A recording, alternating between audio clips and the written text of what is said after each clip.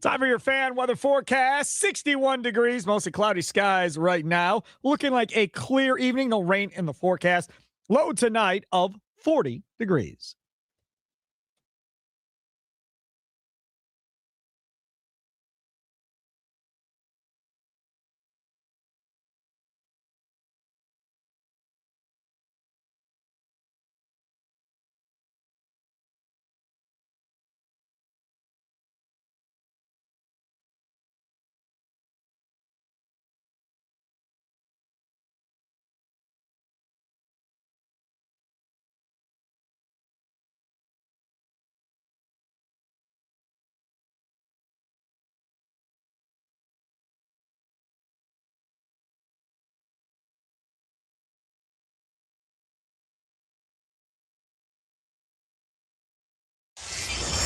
Some shows talk about one team. Other shows barely talk sports.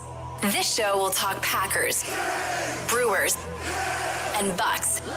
Every day. It's Wisconsin Sports Daily with Steve Sparky Pfeiffer on the Wisconsin Sports Radio Network.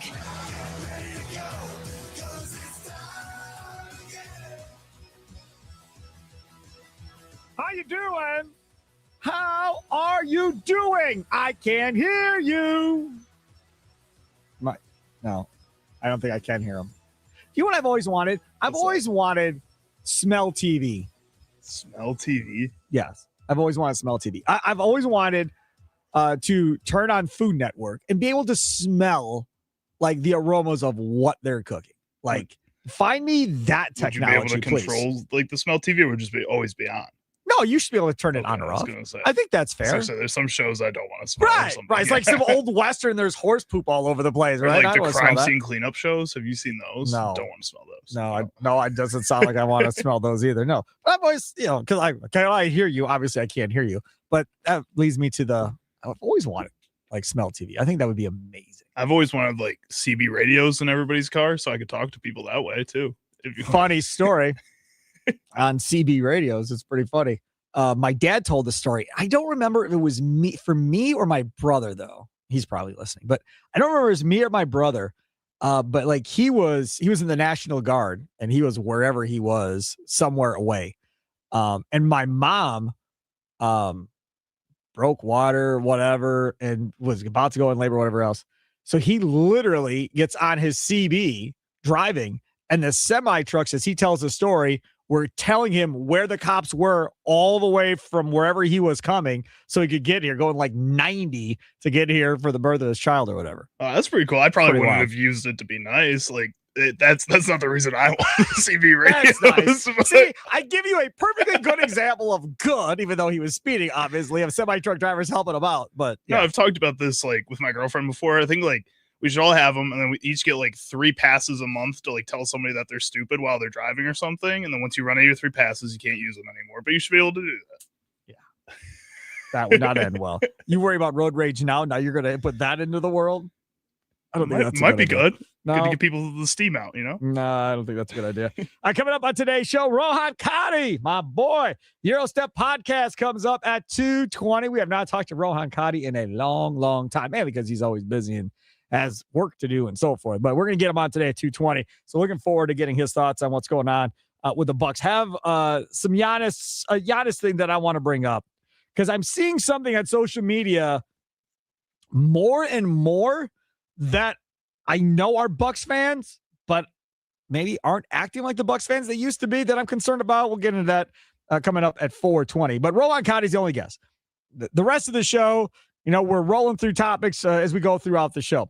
Now, last night, we got to start with the Brewers, obviously. I mean, I don't see how we can't start with the Brewers after last night.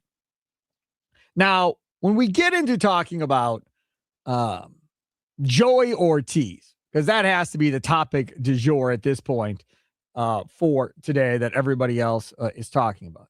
But when we get into Ortiz and we get into doing stuff like this, maybe. Oh, here we go. Like you guys. Oh, Joey Ortiz. Yes. He goes deep to give the Brewers a 1-0 lead. It's a home run, right? We're all floored, shocked, have no idea what to say. got drool running out of our mouth, just staring at the TV, trying to figure out if that was real or not, or if we were dreaming, all of that. So you're getting pretty excited. Then Joey Ortiz comes up with the bases loaded. I'm not going to make fun of Jeff Levering because I think Tommy Wirtz and Tim Allen did enough of that last night.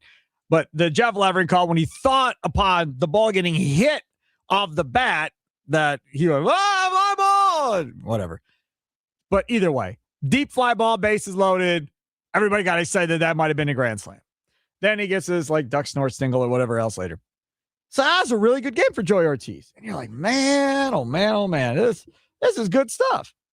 Now comes post game. And this is where I want to talk about some of what is going on here with Joey Ortiz. Because this is where I get concerned. I don't see the Ortiz stuff, by the way, Charlie. It should be. This is where I get concerned a little bit. You can play it from your side. This is where I get concerned. You have 3 batting coaches. 3. Not 1. Not 2. 3.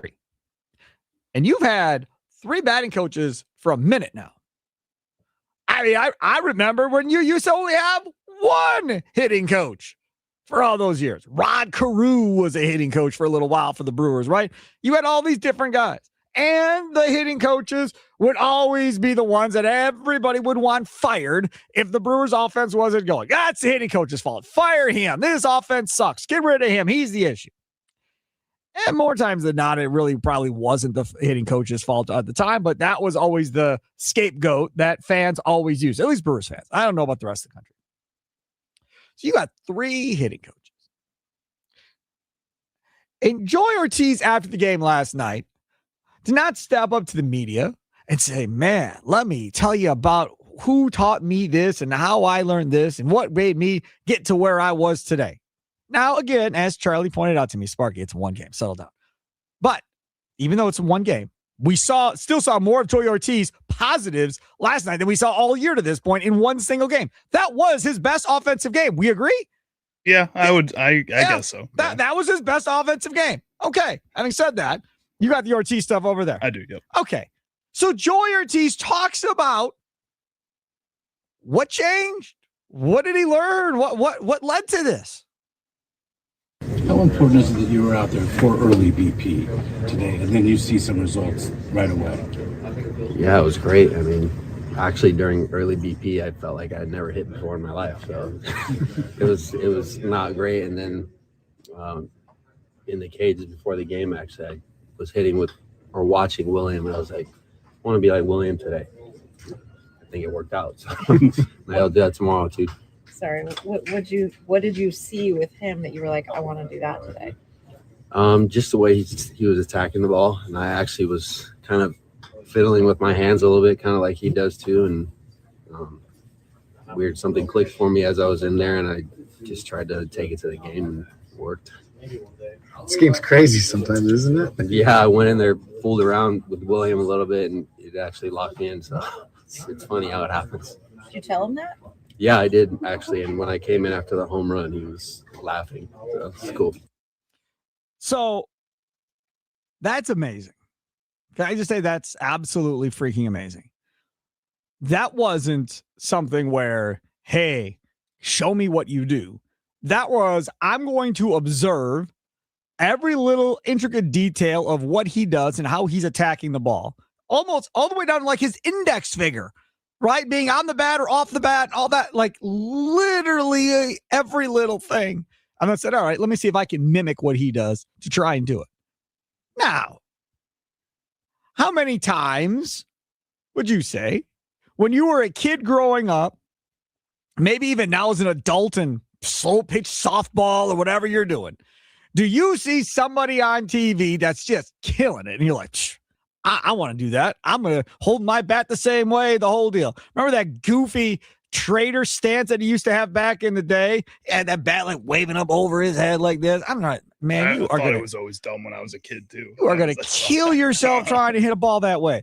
But it worked, right? It worked for him. That's all that mattered. And then everybody else would try and do it and like almost corkscrew themselves into the ground. Or I'm going to be like Carlos Gomez and swing so hard my helmet flies off every time and I'm going down to both knees. That type of stuff. So you always, Again, not that you were Major League Baseball players and I wasn't a Major League Baseball player, but you always try to mimic those. Or if it was basketball, Michael Jordan, your tongue out, shooting shots in the driveway, right? But to take it at the Major League level, to copy it, and not, I'm going to do this for a couple weeks in spring training and see what it feels like. He took it from right before the game, took it into the game to his very first at bat and hit a damn home run. Like it translated that quickly. That quickly. 3 hitting coaches. It took him one session watching William Contreras. And at least for a game, it worked. The question we have is, how much do you believe that session with Contreras fixed him? Keyword there is fixed. Fixed him. Fixed Joey Ortiz. Do you think it fixed him by trying to mimic Contreras now going forward? Now, test game 2, I'm assuming he's back in the lineup, so we'll see right away. Charlie, if he goes out there and hits another home run tonight,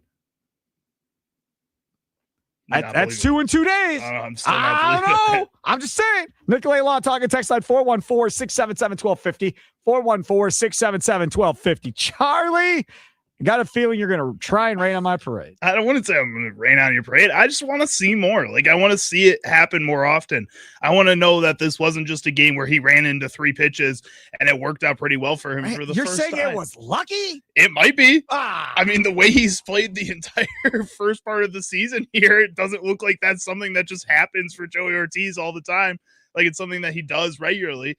This is out of the ordinary compared to how he's begun the season. I think that's something that we have to continue to watch. I'm happy for him. I was excited for it too. One of my buddies from the brewery job texted me right away. It was like, Joey Ortiz on the board now. And I was like, yep, I just saw that. And then I still told him that I'd rather have Jonathan Scope or Hernan Perez. That's what I told him. I was joking a little bit because both those guys I don't think would really truly rather be in that spot. Joey Ortiz is a little better defensively, but I just don't feel like I believe it yet. I need to see more from Joey Ortiz up to this point. Yeah, if he goes and hits another home run tonight, I'll believe it a little bit more, but I'm not going to be convinced until I can see it for a consistent stretch to the point where he deserves to still have that starting shortstop job. I don't know, man. I don't know. I think this might be it. We'll see. See if I'm wrong. Might be. 414 says, might just be a fluke, Sparky. Yeah, it could be. It could be just a fluke. I'm not saying that you're wrong, that it might just be a fluke. But what if it's not? My point is that you've got hitting coaches. I haven't seen a game like this out of him yet. And you've got several people working with this cat. What are you all doing? That he goes in there, watches him, and boom, home run. Damn near hit a grand slam, because, of course, his bases loaded, so it's Joey Ortiz time. And then even the Dutch door single, he still made that work. By the way, if we talk about lucky, is South Freely about as lucky as they get when we start talking about hitting ground balls through holes, any random hole when people are on base? There might be skill to that. Again yesterday. I was like, good God, man. You have like radar on the baseball when you hit and the bases guys are on base. It's crazy.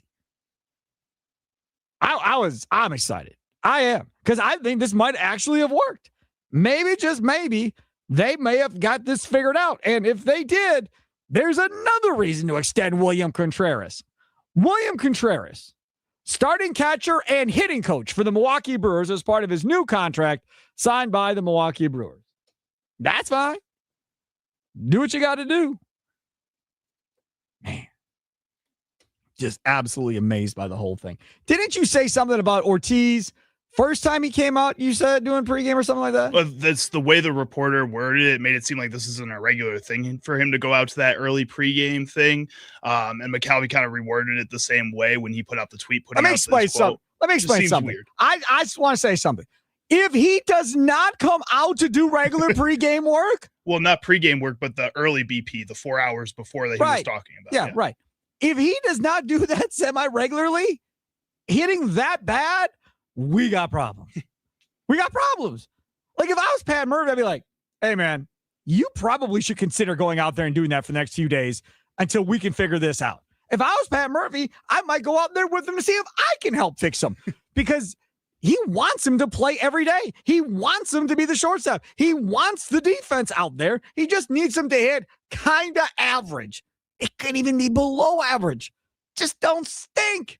Because right now you stink. Yeah, I'd be livid. I'll be honest with you. If I was Pat Murphy and Matt Arnold, and that dude ain't trying to do everything he can to get better, I would be hot. Just being honest, I'd be hot right now. Mike in Waukesha, you're next on Wisconsin Sports Daily with me, Steve Sparky Pfeiffer. What's going on, Mike? Hey, Sparky. I kind of agree with you. Let's give the guy a chance. You know, at the start of the season, the first couple games, he was hitting the ball pretty well. But then we started playing musical shortstops at Hamilton because you got to get your trade prospect in there. It seems like every time the Brewers make a trade, these guys are guaranteed a roster spot no matter what they do. I don't see much in Hamilton outside of the fact that he punts pretty well and he's fast. Yep. But I'd like to see – I don't think Ortiz should ever be on the bench just because of his defense. And Hamilton's probably made 6 errors this year, and they're all been at shortstop. But, I mean, I really think the kid – you can't be in and out of games and expect to go in there and swing a hot bat. It's like he won't be in that lineup tonight. I'd almost put money on it, but he should be in that lineup tonight. I mean, let's see what he can do. Yeah, absolutely. Thanks, yes, Mike. Thanks for the call. Great call. Let's go over to the Dugout YouTube chat as we stream live on X, on YouTube, on Instagram Live at WI Sports Radio. What does Patrick have to say over there? Patrick says this is all mental attitude. Joey has been pressing for 1.5 years. He admitted his batting practice was crap. Brain switch. I want to be like William. Patrick is in Hubertus. It is probably mental. I think, to be honest with you, most sports are mental when you're struggling. Most of it is some type of mental hurdle that you have to get over at some point. Matt in Madison, you're next on the Nicolay Law Talking text line. What's going on, Matt? Sparky, what you said about the hitting coaches? Yeah. Remember last year, Joey Ortiz was benched for a couple of games. For what reason? Because he didn't want to listen, because he wasn't listening to them. Yeah, he wasn't taking the approach that they wanted him to take. Correct. It could very well be that Joey's just not a very coachable player, and then he decided to make the switch on his own. And then it could be that the hitting coaches have been trying to tell him this for forever, and he doesn't want to listen. Matt, the problem with Matt, I hear you, and I'm good with that. But guess what? Then the organization needs to move on. Like, if he's not coachable, then let's go. You just signed Cooper Pratt. If he's coachable and Ortiz isn't, Pratt's not a bad defender. He's a good defender. So if that's the case, see ya. Out the door you go. Trade him then. But they're holding on to him like he's this sacred child and playing him every day, even though he can't hit. Because maybe they see exactly what just happened yesterday, but he's not coachable. So they're just waiting for him to come to his own. Yeah, we'll find out. Thanks. They see the hit tool, and but he's not willing to access it. Right. And now he is. So now now we'll see why they kept him for so long. Awesome, Matt. Thanks for the call. Appreciate it as always. 414. I've seen 3 articles and 1 podcast talking about Joey Ortiz making a statement after 1 game where he had a home run and a duck fart single. What are we even talking about? It was 1 game. He's been bad over his 1,000 plus plate appearances in Milwaukee from the 414. Man, I feel you. I do. And I understand why you're mad, but they really, really need him to figure this out offensively. And I am just looking for any sliver of hope I can potentially find. And he gave a logical explanation as far as what he did, what he changed, and it worked. Right? He didn't go up there and be like, to be honest with you, I swung my eyes and I just kind of got lucky. You know, I'm so screwed up. I just got lucky. Okay, if he would have said that, we would not be talking about this. But he literally talking about the physical changes he made based on what he saw Contreras do. That's what gives me hope that maybe this can be repeated coming forward here. Let's just look and see what his numbers are for the next 7 games and see if he turns it around. And if so, they better just make Contreras a hitting coach. Yeah, probably. Give him a little extra money that way. Say that's how you're going to stay around on this team, be a coach too. Yeah, I get it. I get the excitement around it. I don't think he's ever going to come out and say, oh, it was just luck, even if it was just luck. Like, he would come up with an excuse for why it happened. But at the same time, I just need to see more. This is awesome. I'm excited. It seemed like the team was excited for Joey Ortiz last night, but there's got to be more to this than just one game of production. The Queen of Spice, Wendy's, is taking their already hot and juicy beef and making it, well, hotter with the new jalapeno ranch cheeseburger. It's topped with jalapenos and ranch for the perfect balance of heat and flavor, but it's only available for a limited time, so get a bite while you can. Rohan Katti Jr. of the Eurostep podcast joins us next as Wisconsin Sports Daily, live from Wisconsin Sports Radio Network studios, powered by the Potawatomi Sportsbook. Sparky with you.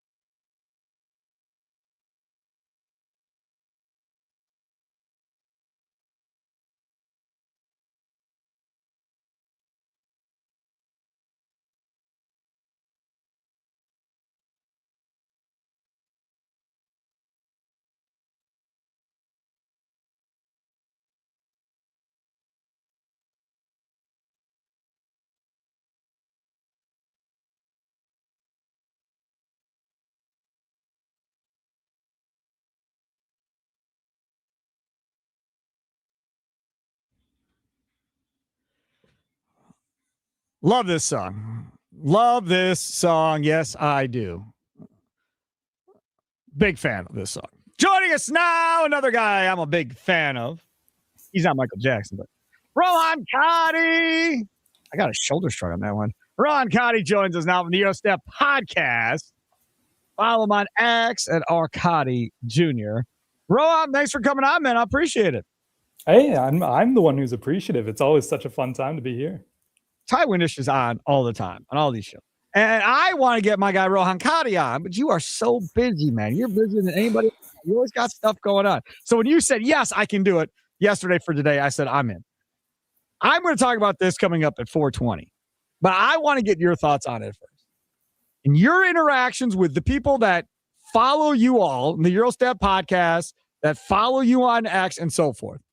Where do you feel like right now we are with the majority of the Bucks fans that follow you guys as far as them actually wanting the Bucks to sign Giannis to that next Supermax extension versus the number of people who are like, I'm good. He's hurt all the time. Let's move.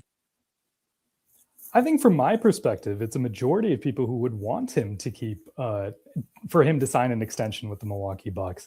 I think one of the biggest divides that comes up is whether Giannis, in this situation, whether he is going to sign an extension or not. But from the perspective, and I really like the question, is do you want Giannis to sign an extension? I would say the majority of people, and I could be wrong, from my perspective, would say that, yeah, that answer is yes. We'd like to keep Giannis. We'd like to have him on the team because I'm telling you, you're never going to get a player like him again. Yeah, we agree. But I'm telling you, I see tweets like this, and I've been seeing more and more in the last couple of days from Adam on X. Regardless if Giannis wants to be here, he's injury prone and misses several, if not a majority of most playoff games since the Bucks won the chip. Can't afford to spend $70 million a year on that. Just trade him. I mean, I see more and more of that, of people just wanting to be done and move on. And we're going to get more into this at 4:20. And I kind of shake my head because, like you, like the odds of getting another MVP player in a Bucks uniform at that level in our lifetime, probably slim at this point, Rohan. Very slim. I mean, who thought it was going to happen again after Kareem, right? Like, if you have Kareem as a franchise player and your franchise great, you're like, that's awesome. You know, you've done very well as a franchise. So the fact that the Bucks have gotten Giannis Antetokounmpo and had him on the team for so long is just a miracle. So that in and of itself is a very unlikely thing. If you want that to happen again in the near future, good luck with that. The math isn't in your favor. I'd rather pay $70 million to Giannis, even if he is going to be a little bit hurt sometimes, than pay $70 million to someone who's not going to perform at that level. Talking with Rohan Katti, Eurostep podcast, joining us here on the guest hotline, powered by Gruber Law. One call, that's all on Wisconsin Sports Daily. All right, Rohan, let's talk about this report that Sharania had. I didn't even bring it up yesterday. I'm so sick of it because he really didn't say anything. He just regurgitated everything that he said already. Yes, they're open for business. And yes, they also are thinking about potentially adding and trying to keep him at the same point. So really nothing came out of that entire piece that he had yesterday. For you, because you and I have not had this conversation, what's the baseline for you? If you're going to trade Giannis, what's that minimum they must get back? You don't have to give me names of players, but type of players, type of picks, how many picks, what's that baseline deal for you where this at least has to occur? If it does not, I'm going to let him have it.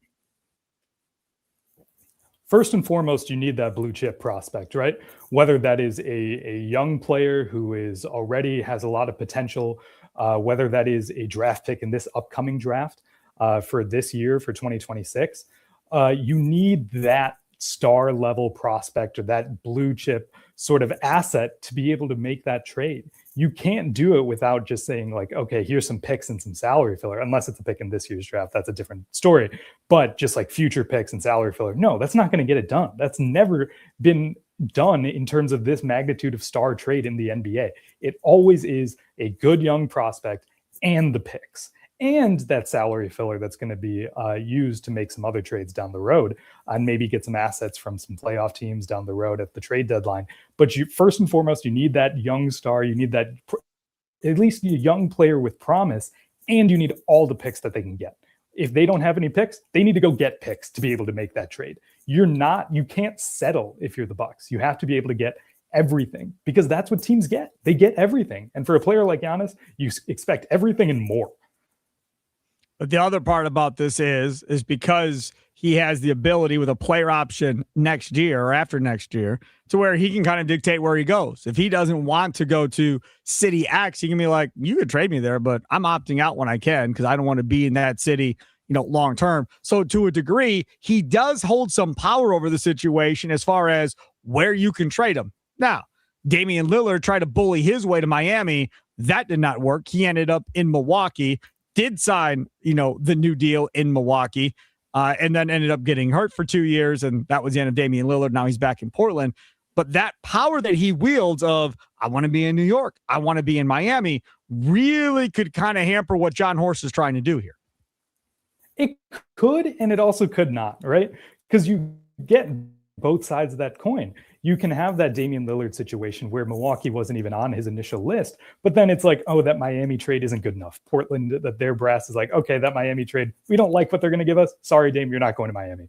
Give us a new list of teams. We'll work with you and we'll make it happen. And that way, in that situation, you could get that all of those picks that Milwaukee was able to give and that Drew Holiday piece, which they were able to make a trade for with the Boston Celtics later on. But you can still make things happen, right? It's not all or nothing. And in the few situations where we have had all or nothing trades, like the one that comes to mind is Carmelo Anthony from the Nuggets to the Knicks. The Nuggets still got everything from the Knicks in that trade. And that's part of the reason the Carmelo Anthony era wasn't as successful as it potentially could have been in New York. But Denver was still able to get everything.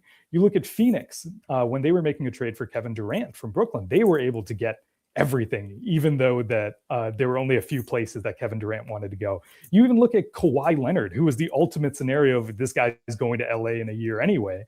Toronto is still giving up like one of their best players in franchise history to make that trade happen in DeMar DeRozan.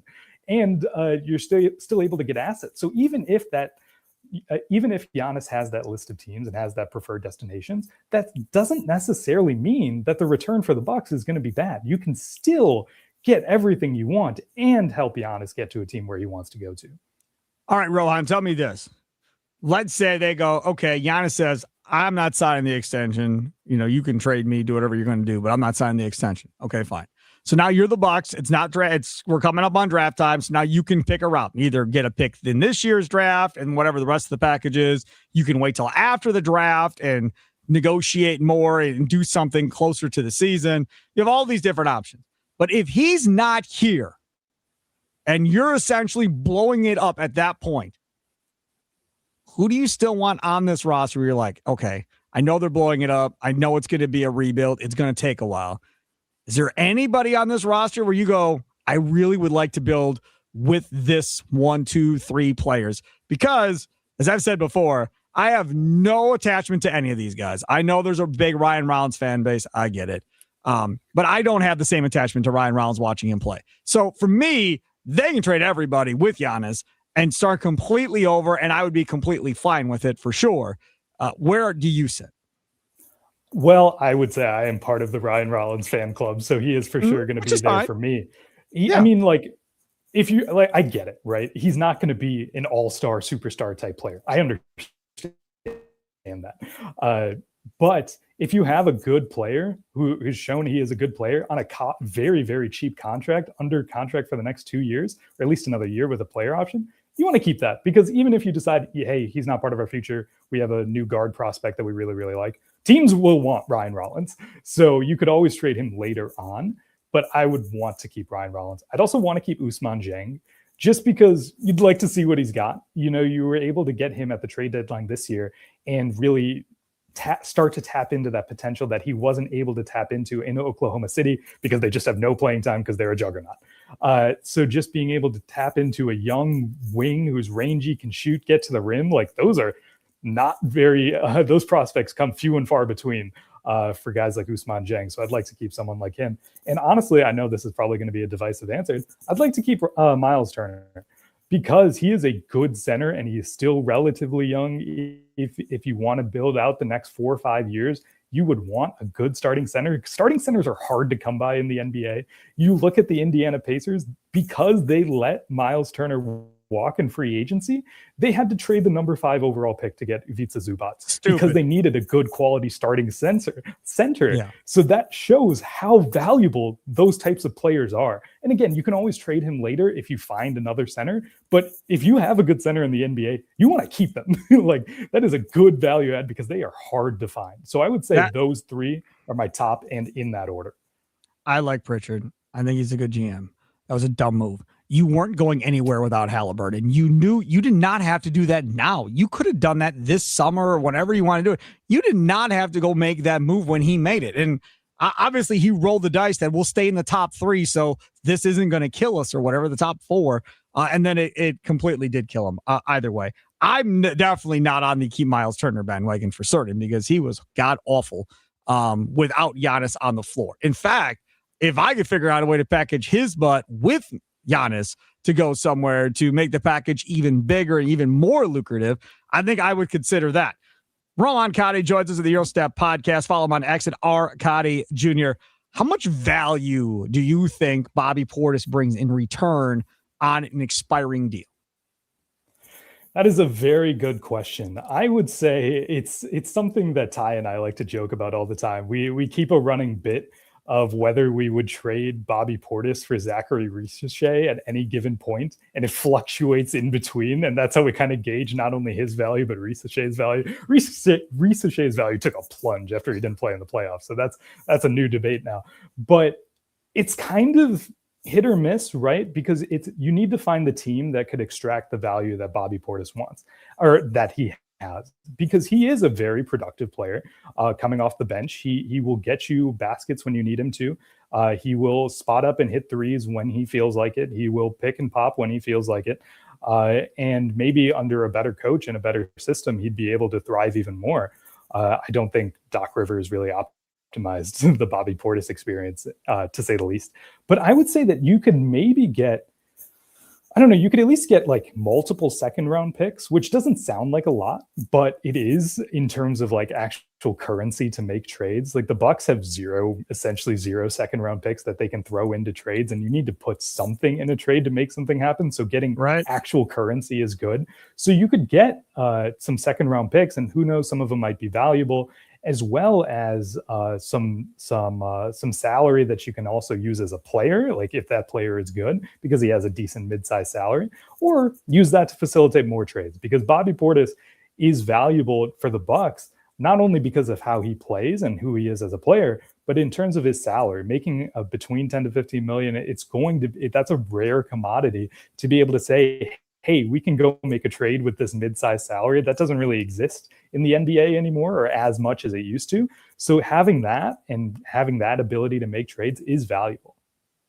What about Taylor Jenkins? Fan, not a fan? And if you are a fan, why are you a fan? I'm a big fan. I'm a really big fan of this move because, one, he seems like the type of coach that will instill a culture into the Bucks, which they have not had in a few years. Who will actually have them playing with some sort of identity. I don't know what that identity is going to be, probably a defensive-minded team, but they just need something, like focus on something. What are we good at as a team? I could not tell you what the Bucks were good at as a team under Doc Rivers because they didn't play to any of their strengths. Yes, that is a very good point. Their identity was losing. So just being able to have that sort of belief in your own team. And I think that he is a good coach no matter what happens this summer.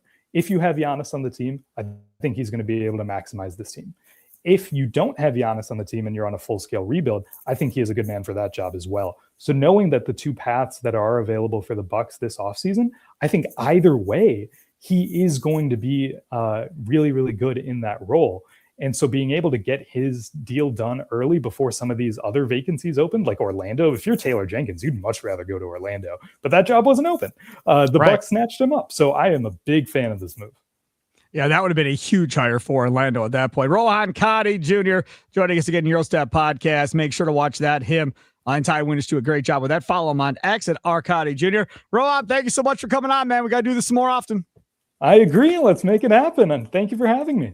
You betcha. Take care. There he is, Rohan Katti. Watching him right there on YouTube, X, Instagram Live at WI Sports Radio, streaming live on the Fan Milwaukee Facebook page. Joining us on the guest hotline, powered by Gruber Law. One call, that's all. Step up to the plate. Take a shot at winning major prizes in the $300,000 Big League Series at Potawatomi Casino Hotel, Milwaukee. April through June, you could win a share of $300,000 in prizes. All monthly promo entries count towards the grand finale drawings on June 26th.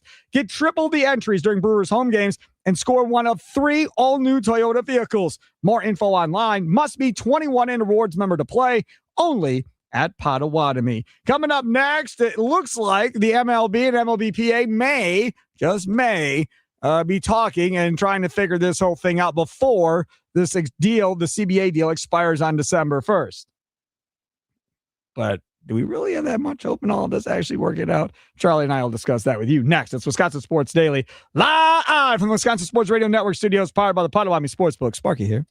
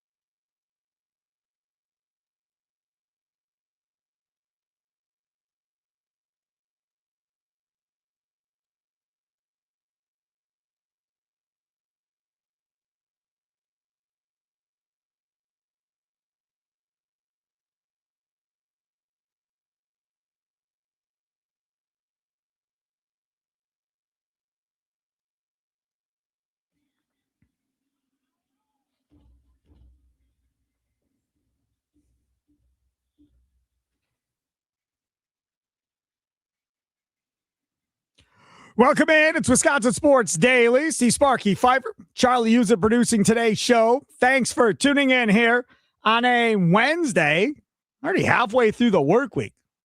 Just kind of moving along here, moving along. You know what next month is, don't you? What's next month? Halfway to Christmas. Why would I know? Just know that. It's 6 months. June is halfway, yeah, but right? I'm not thinking What about that else? in June. You're the only person on earth. I mean, it's about a couple months closer to putting my trees back up again. Actually, that's not true. I think my sister usually listens to Christmas music in June because she likes Christmas music that much. See? It's weird. You guys are great. all weird, man. Yes, Weird. that's what it's all about. All right, still to come on today's show, we'll talk about the crew. Some more coming up at 3 o'clock. International game lineup is out for the Packers. Plus, we found out that the Packers, according to a leak, are playing the Rams on the Wednesday night before Thanksgiving. So we'll talk about how we feel about that too. That comes up at about 3:20. Charlie Sounds today coming up at 3:40. I want to talk a little bit about the story that came out yesterday about the MLB and WBPA getting together and having their initial conversations as we wait to see what this is all going to look like, as the CBA that they currently have, the collective bargaining agreement, will come up December 1st. And then we will not have any type of collective bargaining agreement. And then the time will start counting down to spring training and pitchers and catchers reporting. And if we're going to miss that deadline, and then we're going to count down to real baseball. And are we going to miss that deadline? And then we're going to count down to the All-Star game. Are we going to miss the whole first half of the season? And then eventually you're going to count down to, okay, we've went too far. There's just not going to be a season this year. All those fun things are still to come in 2027. You just stay tuned. But they're having conversations now. So, May 12th, I was talking to Tim Allen earlier today. You'll, of course, after the last pitch, make the switch. Hear him and Tommy Wirtz tonight, Potawatomi Sportsbook post-game show after the Brewers game number 2 against the Padres. And Tim was incredulous. Why are you waiting this long? Why haven't we started talking before now? Why is it just taking till now to have the first conversation? I said, funny you bring that up. We're going to talk about that today. This is what cracks me up from this ESPN piece. During the opening presentation, sources said, the sides outlined their views on the game, noting challenges they see and opportunities to use labor negotiations as a tool to move it forward. While MLB is on pace to generate record revenues and has seen national television ratings soar this year, owners continue to sing the virtues of a salary cap, a mechanism that the MLBPA has resisted for decades. I think, as we sit here today, that the players are screwed. Not the players, the owners are screwed. And the reason why I think the owners are screwed is because of everything that was laid out right there. Like, you're not going to come crying poor to these guys and have them believe you. Like, everything about the game right now is going in the right direction. It's on an upward trajectory. Are you, as an ownership group, willing to set that ablaze and throw this league back into the toilet again and then try and rebuild it for the next 5 years after you anger everybody involved fighting for a salary cap? Now, from a Brewers perspective, yeah, we all want a salary cap, right? If you're in Cleveland, you want a salary cap. If you're a Marlins fan, a Pirates fan, yes, you want a salary cap. Of course you do. The problem is, I don't know what the leverage is exactly that the owners are going to try to use to get the players to come to their side. Like, what do they have that the players want? And the only thing that my brain allows me to come up with is give them more of the pie than you take. That's the only thing. That's unheard of. That does not happen. But if you went to the players union and said, hey, look, man, we'll tell you what, we break this up. We'll give you all 55% of the pie. We'll take 45% of the pie if you agree to the salary cap. Now, that may open some eyes. Charlie's eyes got bigger when I said that on the radio just now, didn't they? They got bigger. You saw it on the live stream over there on X and YouTube and Instagram Live and Facebook. His eyes got bigger. Like, whoo, that's a sizable uptick there in money.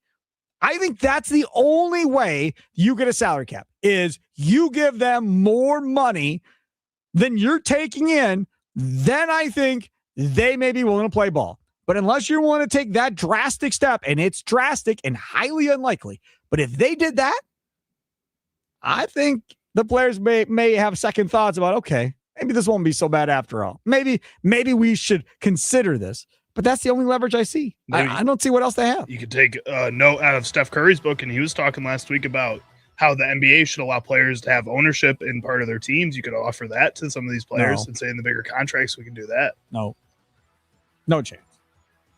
Now you're asking these owners to split money with guys. You're asking them already, to give up more money than what they're bringing in. Like that's gonna be a struggle too. That's different than splitting money at the end. And then what happens? What happens if a player has part ownership in the Brewers and is now on the Cubs? And you have to give up the your ownership valuation, then? Maybe that's part of the deal to keep it fair for the owners? Okay, but the valuation of that team's going to go up if I lose this World Series game and they win the World Series. I'll make more money long term if they win a World Series. You give it up if you're not an owner or part of the team anymore. It's Wisconsin Sports Daily, live from the Wisconsin Sports Radio Network studios, powered by the Potawatomi Sportsbook. Sparky with you. Up next, we'll talk more about the Crew and these lineups. We have to talk more about the lineups.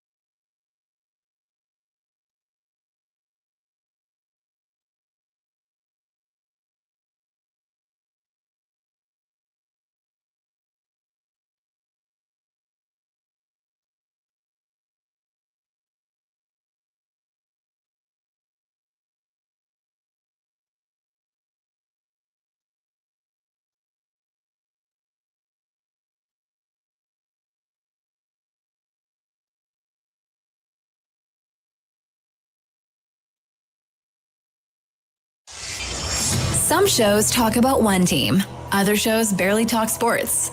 This show will talk Packers, Brewers, and Bucks. Every day. It's Wisconsin Sports Daily with Steve Sparky Pfeiffer on the Wisconsin Sports Radio Network.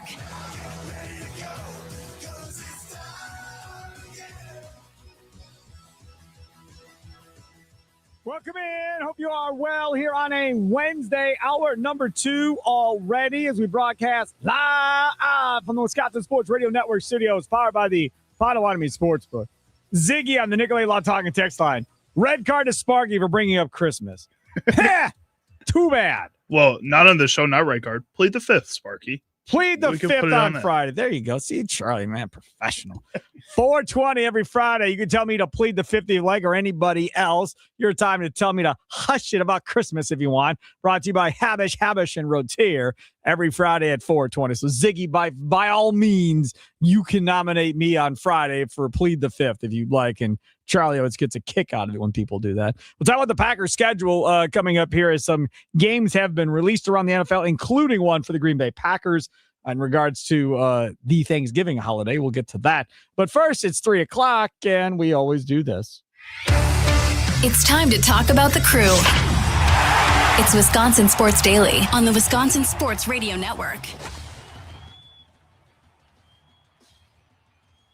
All right, so Charlie came up with this lineup, or this topic here.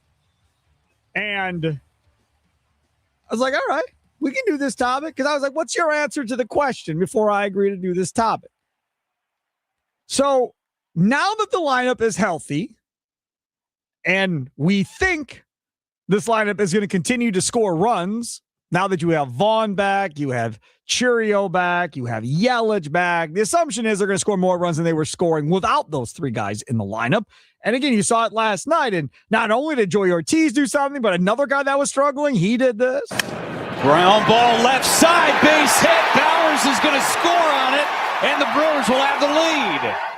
Finally placed by Sal Frelick.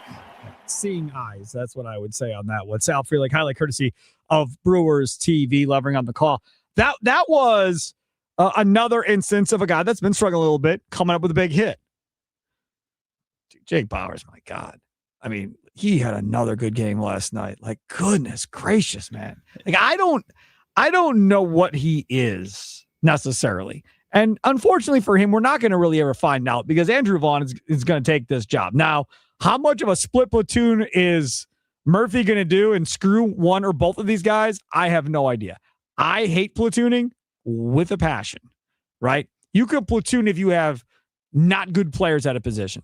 Okay, fine. So you don't have an answer at third, so platoon guys until you get a hot hand. And once you get a hot hand, ride the hot hand until that hand stops being hot and then go back to the other player.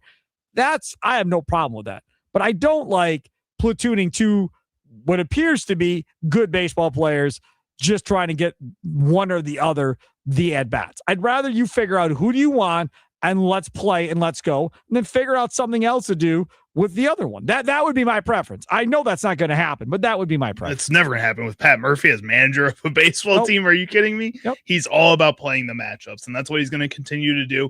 But it does hurt my soul every time, like so far this season. I know Andrew Vaughn's awesome, but like when Jake Bowers isn't in that lineup some way, somehow, it feels like you're missing something just from what we saw at the beginning of the year.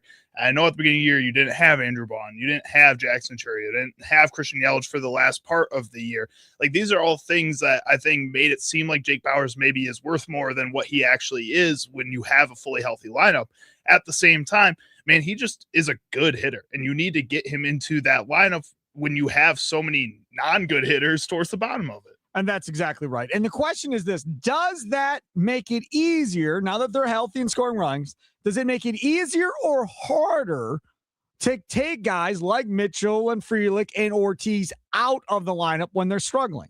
Does it make it easier or harder to take guys out of the lineup when they're struggling, even though you're winning, you're scoring a bunch of runs, even with them struggling, you're still doing everything else? Mitchell's a good defender, even though he dropped that ball he should have caught. Ortiz obviously is a good defender. Frelick obviously is a great defender in the outfield. But when we start talking about moving the lineup, sending guys down, doing all this stuff, which we got into yesterday, them playing as well as they're playing and scoring a bunch of runs make it easier or harder? Nicolay Law Talk at text line 414-677-1250, 414-677-1250, streaming live on Instagram, on X, and on YouTube at WI Sports Radio. Come check us out no matter where you may be watching us from in this beautiful world. You can come be a part of it, even though you may not be able to listen to us in Wausau on the game there on 93.9 The Game. Or maybe you're not able to listen to us on 99.7 FM WNFL in Green Bay and Appleton, or on 1250 AM and 105.7 FM The Fan in southeastern Wisconsin, or 710 The Game up in Duluth Superior. You could still participate and check out the show that way as well. All right, Charlie, easier or harder for you? I think for me personally, it should make it easier. I think for Pat Murphy, it's going to make it harder for him. He seems like a guy, like we've talked about before, that he's going to play the matchups, but he's also going to play what's hot. He's a guy that's, if it ain't broke, don't fix it. So if this lineup overall looks like it's doing well because the top 6 guys, the top 5 guys are playing well, I think the bottom 3, the bottom 4 guys don't matter as much, or it doesn't seem like they matter as much, as long as they can play solid defense on the other side of things too. I think that's a problem for this Brewers team. At some point here, and I've been talking about this with the Packers this entire offseason too, you have to at least act like you're ready to start competing at a higher level. And when you are constantly going into a lineup with this mentality, or a game with this mentality of, if it ain't broke, don't fix it, then you are going to eventually run out of steam. And those parts that are broken that you are ignoring because you have that mentality are going to show out stronger. And I know Jory Ortiz had a good game last night. I know Garrett Mitchell has had his moments this season. But when you have guys like Luis Lara, when you have Cooper Pratt on a contract already, when you have Jesus Mende playing as well as he is, you have to start thinking about where those guys are going to fit in and whether or not it needs to happen sooner or later. I still think Pat Murphy looks at the team that's on the field right now and says it's too early to do that. But when this lineup is healthy and you're seeing what's happening when the best guys can get going and the bottom guys are still struggling, you have to make a change eventually. I could be wrong on what I'm about to say. I've not ever really had a conversation with Pat Murphy about this. I feel like he would rather play the vet over the young guy if given the opportunity. He'd much rather do that. He much rather probably would have had, 2 or 3 veteran pitchers in that rotation this year versus running Harrison out there and running Sproat out there and these guys. He probably rather would have had that than you guys. That's what it feels like. It feels like he's old school vet type manager. George Karl was the same way when he was with the Bucks, and he'd just tell you straight to your face. He didn't want to play Michael Redd as a rookie. He wanted to play his vets, right? You didn't have to worry about them making mental mistakes or errors or anything like that. These guys have been through it. They've been through the playoffs. They know all the stuff that goes along with it. I'd rather play that guy. So there are some guys like that. I think Murphy is probably like that. But the crazy part about this is that Harrison is doing pretty good. Sproat last night looked pretty good. Like, I think he could be something pretty good here, right? You never get the Quinn Priester year last year if you don't want to play the young guys, because he hadn't shown at that point that he could hang at the major league level, but he got forced into having to play Priester. That worked out pretty good as well. Shane Drone looks like he might be a guy going forward here. I mean, again, beginning of the year, we're not talking about Chad Patrick and Shane Drone being, cogs in this bullpen, but it appears that Patrick looks like he is set in the bullpen, and it looks like Shane Drone is set in the bullpen as well. Those are both young guys that are pivotal, I would say, for this bullpen being as good as they want it to be right now. But is he kind of forced into that? Yes. That's the difference. That's the difference. Into it. It's not that he wants to be giving those young guys that shot. He has 5 young starting pitchers that the Brewers said, here you go. Right. He has a bullpen with a couple of injuries and a couple of veterans that were not playing well, playing worse than what we're seeing in the field for a little bit. And he had to give other young guys a chance. There's differences between what we're seeing in that pitching room and what we're seeing on the field. I just think that sometimes Pat Murphy looks at those guys that are in the pitching room, and yes, he has to use those players, but at the same time, he gives them these extra boosts of confidence. He talks about them so highly and always hypes them up as ready to go. Doesn't feel like the young guys on the batting side of things get that same kind of love. No, and I again, because they're so good defensively, the guys we're talking about, now third base, not so much, but the shortstop, the center fielder, and the right fielder, even though they aren't hitting well, they're all so good defensively that in my mind, he can defend that if he needs to Matt Arnold. Now, I'm not even saying Matt Arnold wants to make moves with any of these 3 guys, but I'm just saying if Matt Arnold comes out and goes, hey man, Lara's killing it right now at AAA. like maybe we consider doing something with Lara and sending Garrett Mitchell down to figure out things. And let's bring up Lara. He's a hell of a defender, and he's hitting way better than Mitchell is right now. Let's just see what he can do. And Murphy goes, that may be. But what is he, 21? Oh, I'm good. Like, let me stick with my vet that's been through it a little bit, even though Mitchell's been hurt. He's a really good defender. He'll figure it out. I feel like he's going to go to bat for his veterans probably as much, if not more, than most managers would at this point, just like he does for Blake Perkins. Well, and I get that fear because a lot of these young players that are coming up, they seem to be either studs defensively or some of the worst players on the field defensively every single time. A lot of these guys that were projected like to have that 5-tool type of ceiling, a lot of them come out, and I think you see like guys like Joe Adell, who this season has made so many great defensive plays. It's taken him a minute to get he's to that also point. Still a really bad defender overall. Yeah. Even this season, he's still a really bad defender overall. And I think part of his bad defense led to him struggling at the plate earlier in his career too, and having that extra distraction that he needs to work on that so much that he doesn't need to work on his hitting, that it leaked into his hitting. And I think you can see that potentially happening with some of these guys. At the same time, the way that the Brewers have been able to develop a lot of these players, especially these outfield players, has been through defense first and making sure that they can get that down in the minor leagues. And if this guy's already at the AAA level, like we're talking about with Luis Lara, I like to believe that they've worked on that defense and gotten him ready to play at the major league level defensively already. And that's why he's moving up the system offensively. He moved up the system because of his glove, not because of his bat. Let's just be very clear about this. We just had on yesterday Sam Dykstra from MILB. He talks about how great he is defensively. Cooper Pratt has moved up because of his defense and his glove at shortstop, more so than what his offense was. His offense wasn't good last year down there in Biloxi. And now this year, he's still coming along here, has to get that slug up and so forth. And Sam also talked about Andrew Fisher and why part of the reason he's still down in Single and Marco Dingus and all these other players because their defense isn't near there, but their bat's getting there. Yep. So the Brewers make sure to focus on that defense first. I wouldn't worry about it at the MLB level. And that's the thing. And to answer the question, is it easier or harder to take guys out of the lineup? I think it's harder to take guys out of the lineup at this point because you don't want to upset the apple cart by making a type of wholesale changes one way or the other. I remember, and I was wrong, I remember when they decided that Willie Adames was out of there, right? And he was gone off into free agency, was going to do his thing. I was like, man, oh man, oh man. The chemistry in this clubhouse, that is a big dude to have to replace. I wasn't worried about that with Hader. I wasn't worried about that with Corbin Burns. Freddie Peralta, another good guy in that clubhouse. Didn't really consider it necessarily because I was proven wrong on Adames. And you can just see that they have enough good quality people around there that you can just fill the holes and have another person step up from a leadership standpoint and so forth. I've said this before. I'll say it again. This is a gap year for left side of that infield. They came into this year not planning on doing much of the left side and just trying to get through it. And they need to get a bat at the deadline. I think they will get a bat at the deadline for the rest of the year. I don't think that they're necessarily going to do anything major. However, I did not see the Cooper Pratt signing coming. This now allows them to move him whenever they want. Joey Ortiz hit that home run. And Tommy Wirtz and I have a bet. Wendy's meal, combo meal, bet that Joey Ortiz, Cooper Pratt will be called up by the end of May. We made this bet last month. Dude, I'm like, there's no way he's not here. If he just hits for a few days and he got a nice little 10-game run or 10-day run, I was like, he's going to be here. And he's still not here. And after the Ortiz home run, Tommy goes, no chance he's here by June 2nd now. Now that just bought him even more time because they can point back to the home run and the one good game that he had of why he should stay up here.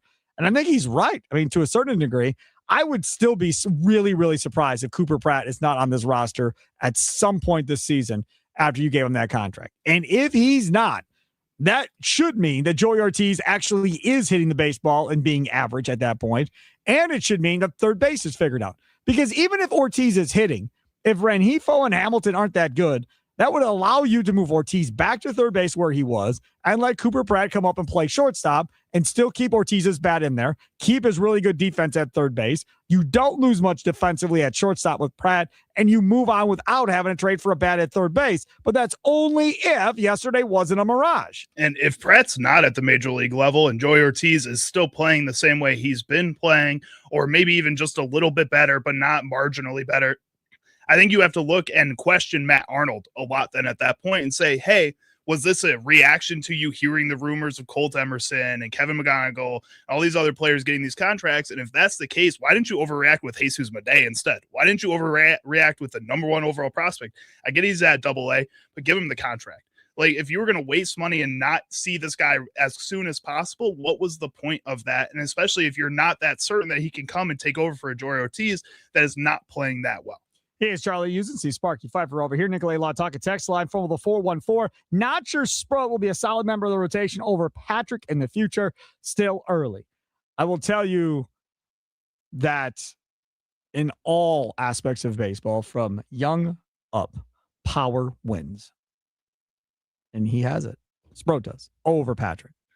And because he can throw around 100 miles an hour, he is going to be given every opportunity to go be that guy in this rotation, because baseball people normally will associate power with strikeouts, but I can just blow the ball by you and do it. Does that work all the time? No, it doesn't.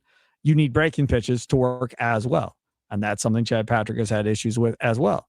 That is why Jacob Misiorowski took as long as he did, and he still got here pretty dang quick. But the issue that he had was he had control. He kept walking guys. As hard as he threw it, he lost control too often. It wasn't consistent enough. And that's why he didn't get here even sooner. We all knew he could throw, 100 plus. That was never an issue. The issue was he couldn't control it. Josh Hader couldn't throw it hard. But Josh Hader couldn't control it. That's how he ended up being in the bullpen and never ended up being a starter like he wanted to be, because he could never figure out the control issues for more than an inning or whatever the case was. So they left him there. There was talk that Misiorowski was going the way of Hader, that he was going to end up being a closer potentially and not a frontline starter. I would say that was probably a majority of what people were saying about Misiorowski when he was at AA, that people were saying that to start this season. Yes. Like, when he was supposed to be the opening day starter, people were still saying, I think he's going to end up in the bullpen by the end of the season. That's crazy. Crazy. Absolute crazy talk. No question about it. Let's talk about our friends over there at Wendy's. Did you know that any youth sports player can score a free small classic Frosty anytime they visit Wendy's in their sports uniform? So if your kid's got a game tonight or whatever, stop over after the game, let them have a Frosty on the way home. That's right. Just stop by after practice or with your team after a game. Who doesn't love a Frosty? And again, get that free small Frosty. Just take advantage of it. I'm telling you, it's amazing. My kids love going there after games to get their free small Frosties when it's all said and done. Coming up next, the schedule is being leaked little by little. The international game lineup is out, but a Packer game leaked early today too, involving the Thanksgiving holiday. We'll tell you what that's all about straight ahead. It's Wisconsin Sports Daily, live from the Wisconsin Sports Radio Network studios, powered by the Potawatomi Sportsbook. Sparky here.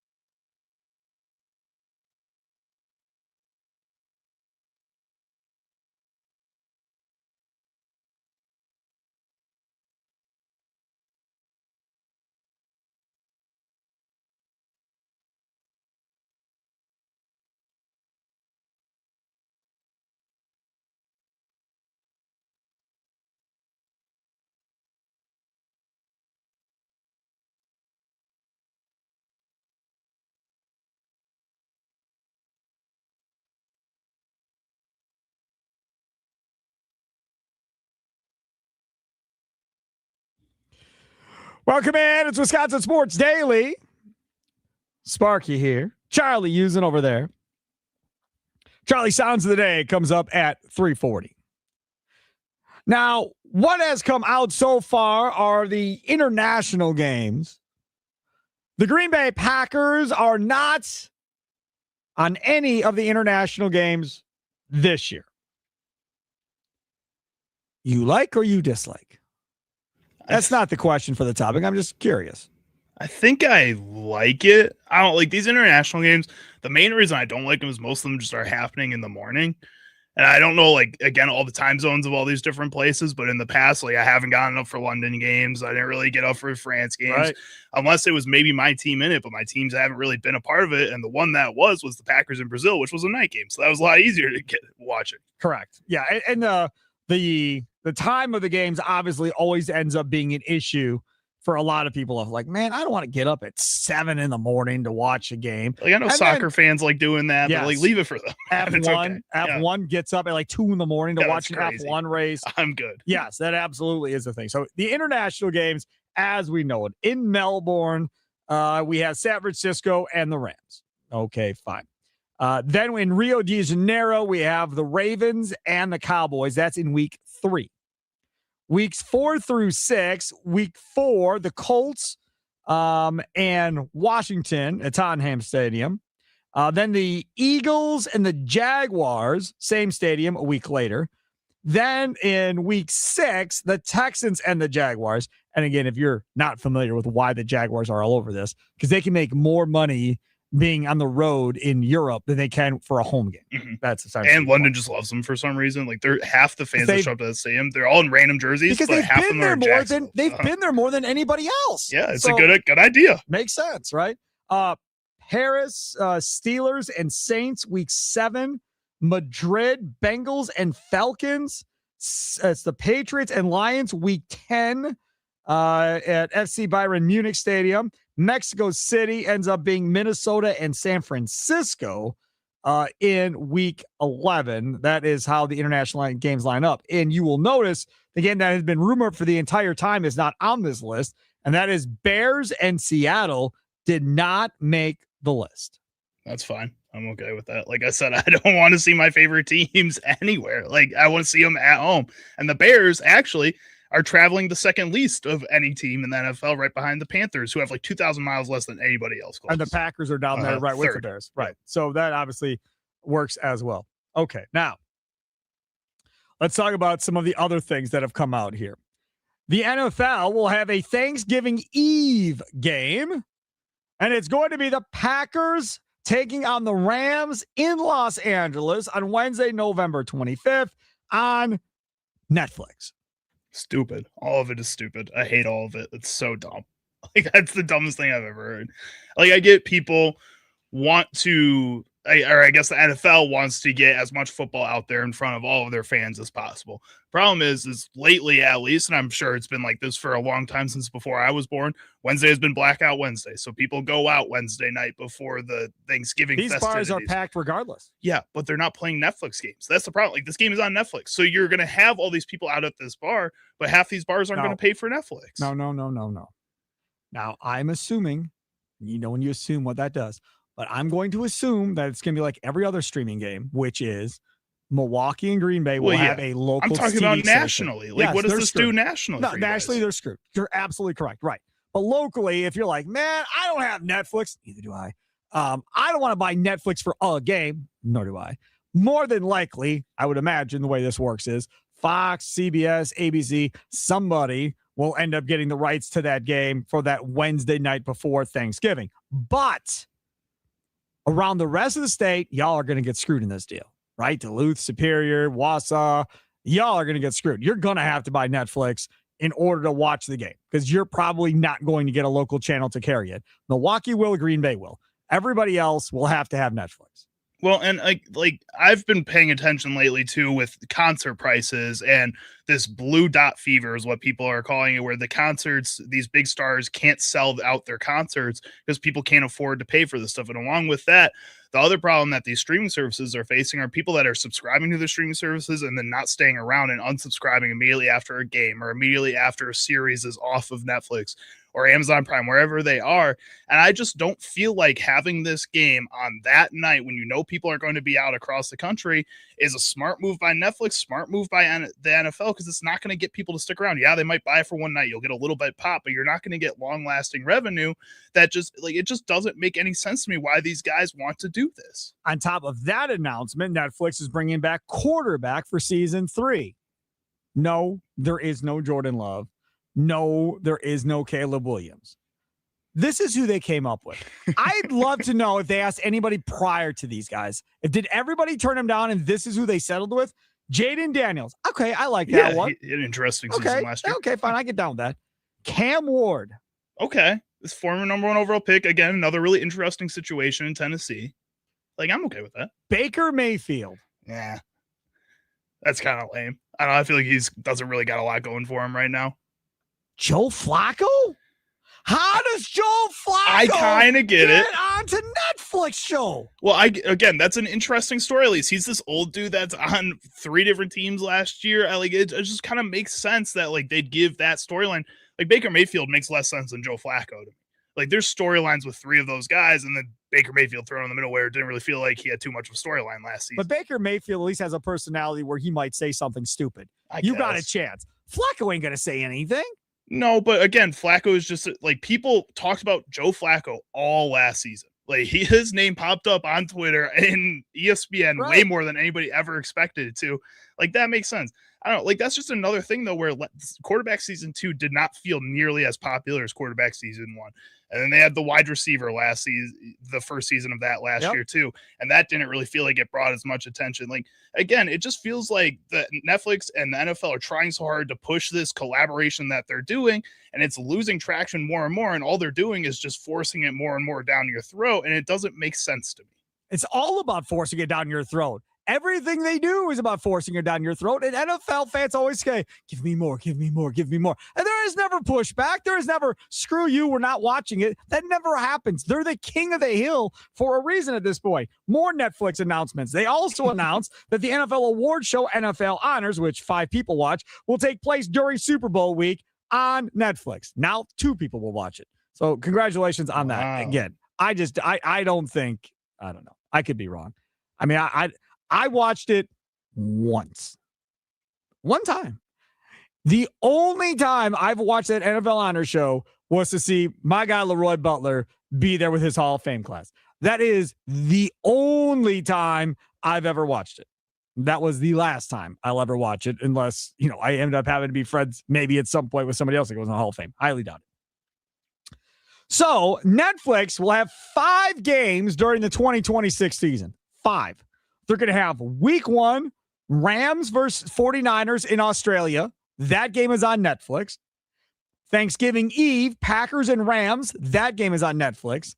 They're going to have both games on Christmas Day on the Christmas doubleheader, which means I'm not watching any NFL on Christmas, which is fine because it's an NBA day. And a week 18 game with playoff implications to be determined later will also get shifted to Netflix. I love that Christmas doubleheader being on Netflix, because that means it's not on my TV for anybody to want to watch, and I can focus on having the NBA on in the background if I want. Yeah, it's the NBA's holiday. Like I know last season the NFL keeps putting out all these numbers. I don't trust like any numbers anymore, the viewing numbers that all these different leagues are putting out, because it just all feels like it's so pinpoint to what they want it to say for them every time, and that bothers me a little bit because they keep just using it and retooling it over and over again to make it say what they want it to say. And because it, like, again, that felt like the NFL trying to bully the NBA, and I would rather support the NBA, even though they're not exactly the greatest organization to want to be supporting right now too, because they make lots of questionable decisions themselves. But it makes me want to support that more than it does the NFL. Like, this all just feels so weird to me. Let's see from the 262, Scotty Tiffany. Charlie, you're such a young pup. I haven't been out on Thanksgiving Eve. Amateurs. I love the game on Thanksgiving Eve from Scotty Tiffany. Yes, I don't go on Thanksgiving Eve either. No more. I agree. When you get to a certain age, you're like, okay, I'm not doing that. And furthermore, New Year's Eve, I don't do that either. I mean, both of them. You got kids too with like New Year's Eve. That's a little different. Younger kids. Sure. Yeah, that makes sense. Yeah, to a degree. But you also don't want to be out there with a bunch of drunks driving around either. I mean, that's true too. That's I the Uber biggest thing. Right. I Uber everywhere I go, whenever I go out. That to me, that's the biggest thing. I just don't want to be out with all the drinking going on at the bars and everybody doing their thing. Ray, I'm north side of Milwaukee. You're next on Wisconsin Sports Daily. What's up, Ray? Hey, Sparky, Charlie.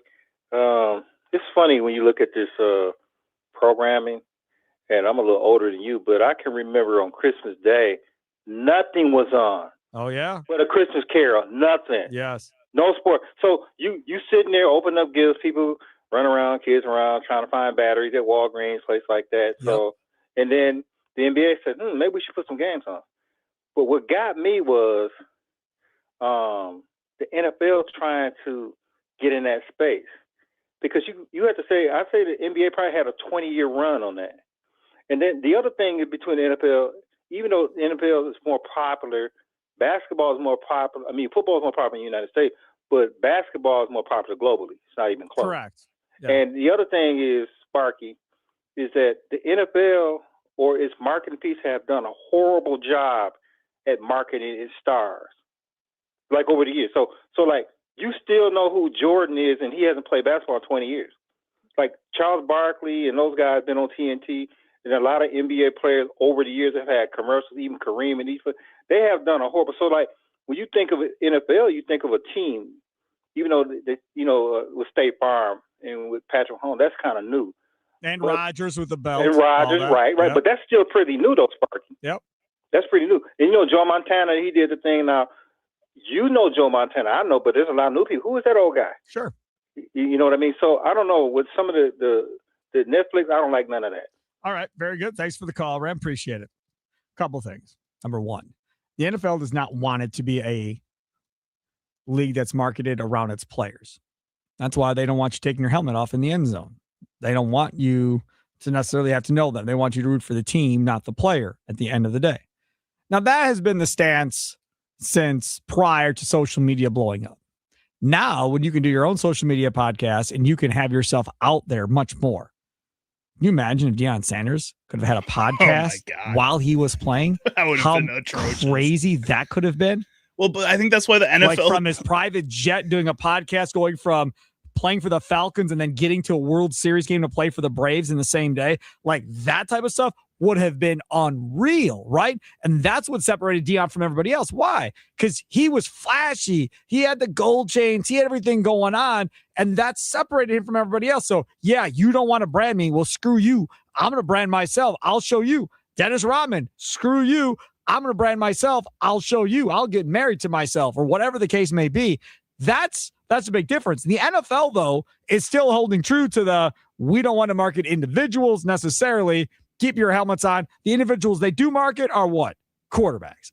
And outside of that, you don't see many other guys getting marketed necessarily. No, and I think part of that in my mind is that the NFL looks at the talent that's in their league and they look at what they've been able to do over the course of their existence and say, you know what, the risk outweighs the reward in a lot of these situations by making these guys the face of the league. And the NFL does have a bigger problem than I think some of these other leagues with these guys doing bad things off the field. And I think the NBA looks at it kind of the opposite and says, you know what, the reward outweighs the risk for us. We can say, yeah, our star player, our face of the league may do something bad, but we can figure that out. The NFL just says we're going to avoid that in general and make sure that we're as clean cut as possible. Step up to the plate and take a shot at winning major prizes in the $300,000 Big League Series at Potawatomi Casino Hotel, Milwaukee. April through June, you could win a share of $300,000 in prizes. All monthly promo entries count towards the grand finale drawings on June 26th. Check this out. You can get triple the entries during Brewers home games and score one of 3 all-new Toyota vehicles. More info online. Must be 21 awards member to play. Only at Potawatomi. Coming up next on the other side, Charlie Sounds of the Day. Let's see what he's dug up for today's show. It's Wisconsin Sports Daily, live from the Wisconsin Sports Radio Network studios, powered by the Potawatomi Sportsbook. Sparky with you.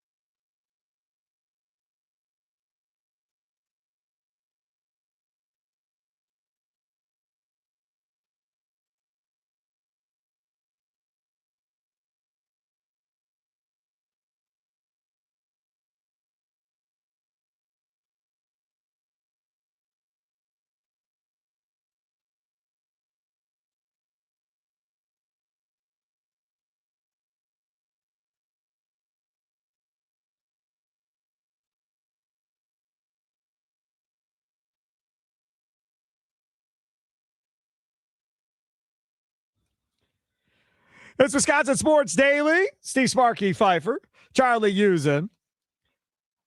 Thanks for listening around the beautiful state of Wisconsin. Appreciate it. Don't forget, streaming live on X, YouTube, Instagram Live at WI Sports Radio. Tell your friends. Check it out. Instagram Live, baby. And did I hear a rumor, Charlie, using about something about TikTok?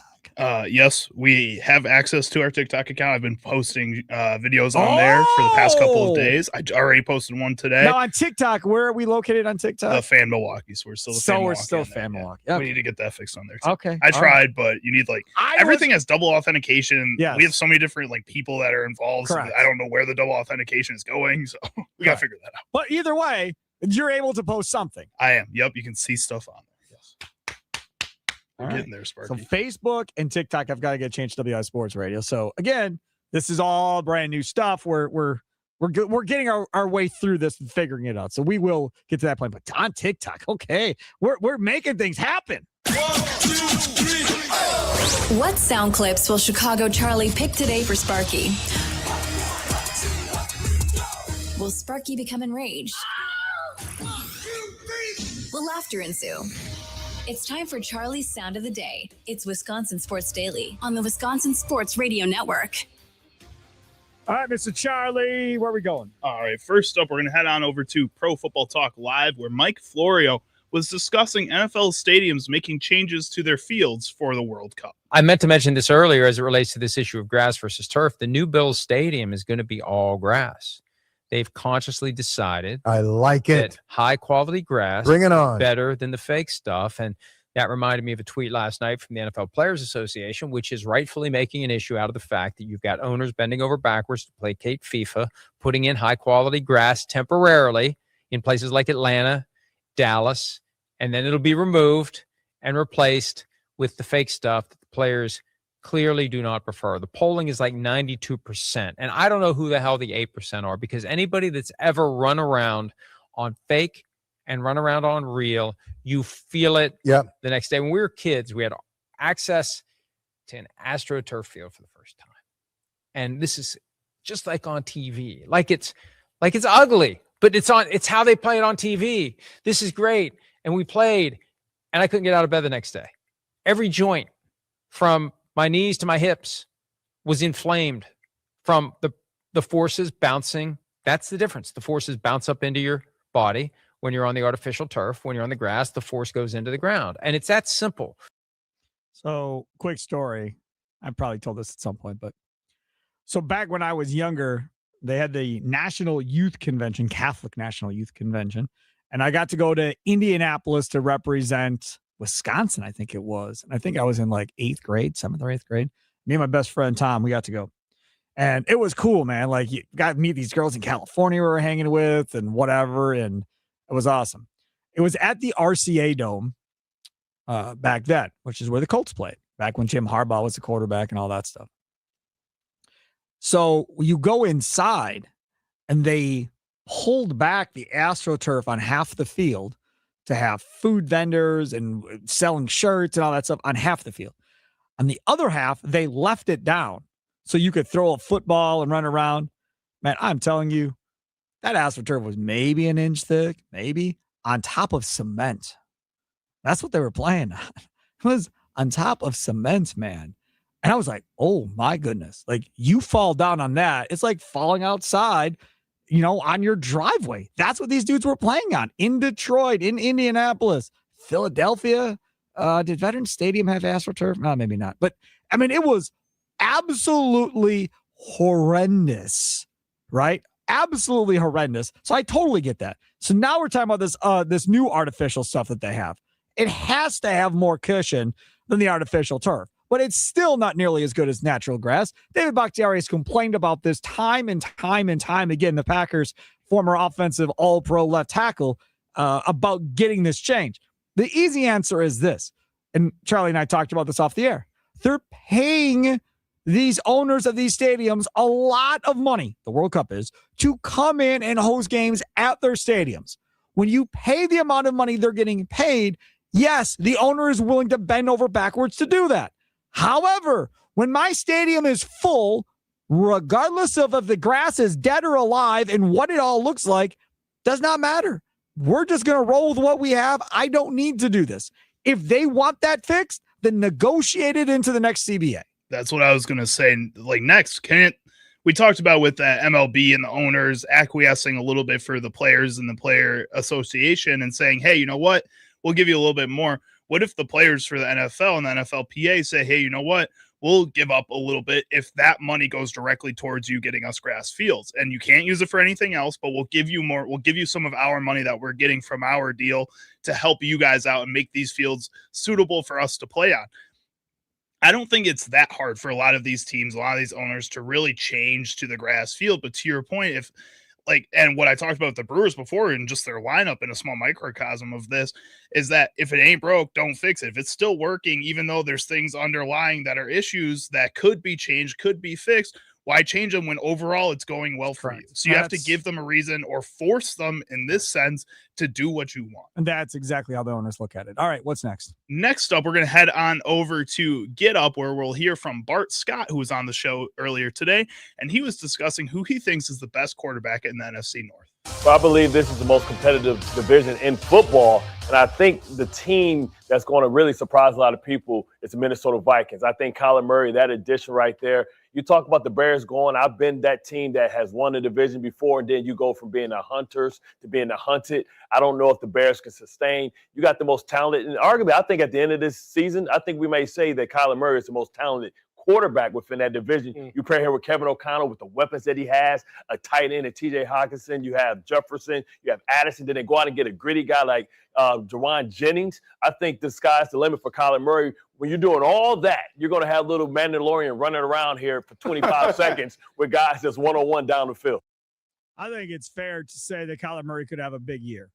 I'm not sure I quite buy into Kyler Murray's the best quarterback in the division yet.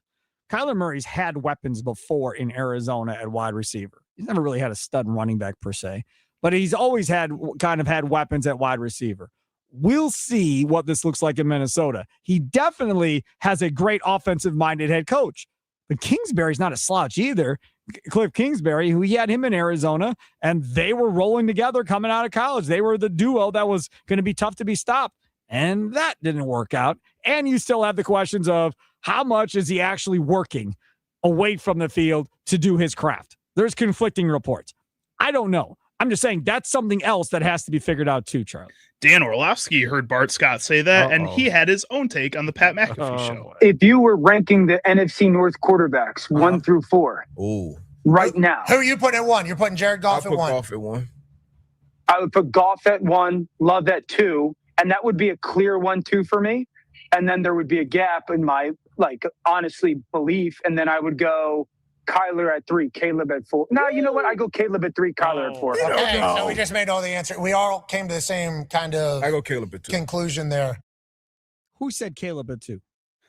Whoever was filling in for their side co-host. They have 87 people on the show. I can't keep track all the time. A lot of money being spent on that show. Yeah. I mean, I don't mind that. If you want to say Jared Goff is 1 and Jordan Love is 2. But there was a lot of that nonsense talk last year. What happened with Jared Goff? All of a sudden didn't play as good. Why? Ben Johnson's gone. So now year 2 without Ben Johnson, and we'll see if he looks any better. If Ben Johnson was still there, I completely agree with you that he's probably 1. I don't think it's that easy right now. I think this talent group right now in this division is really, really tight. And maybe the best quarterback is the one that ends up winning the division at the end of the day. Coming up next, Green and Gold update. Man, there is some stuff floating out there from Jair Alexander on Players Tribune we have got to get to. Romeo Dobbs is talking about the Packers. All of that coming up next in the Green and Gold update. Wisconsin Sports Daily, live from the Wisconsin Sports Radio Network studios, powered by the Potawatomi Sportsbook. Sparky with you.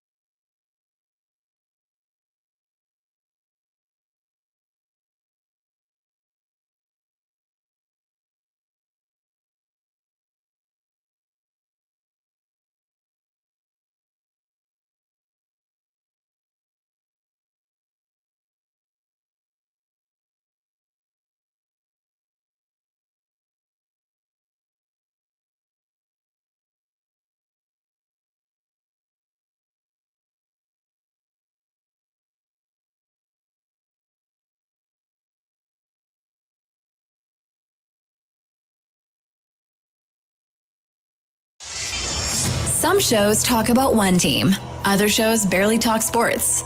This show will talk Packers, Brewers, and Bucks. Every day. It's Wisconsin Sports Daily with Steve Sparky Pfeiffer on the Wisconsin Sports Radio Network.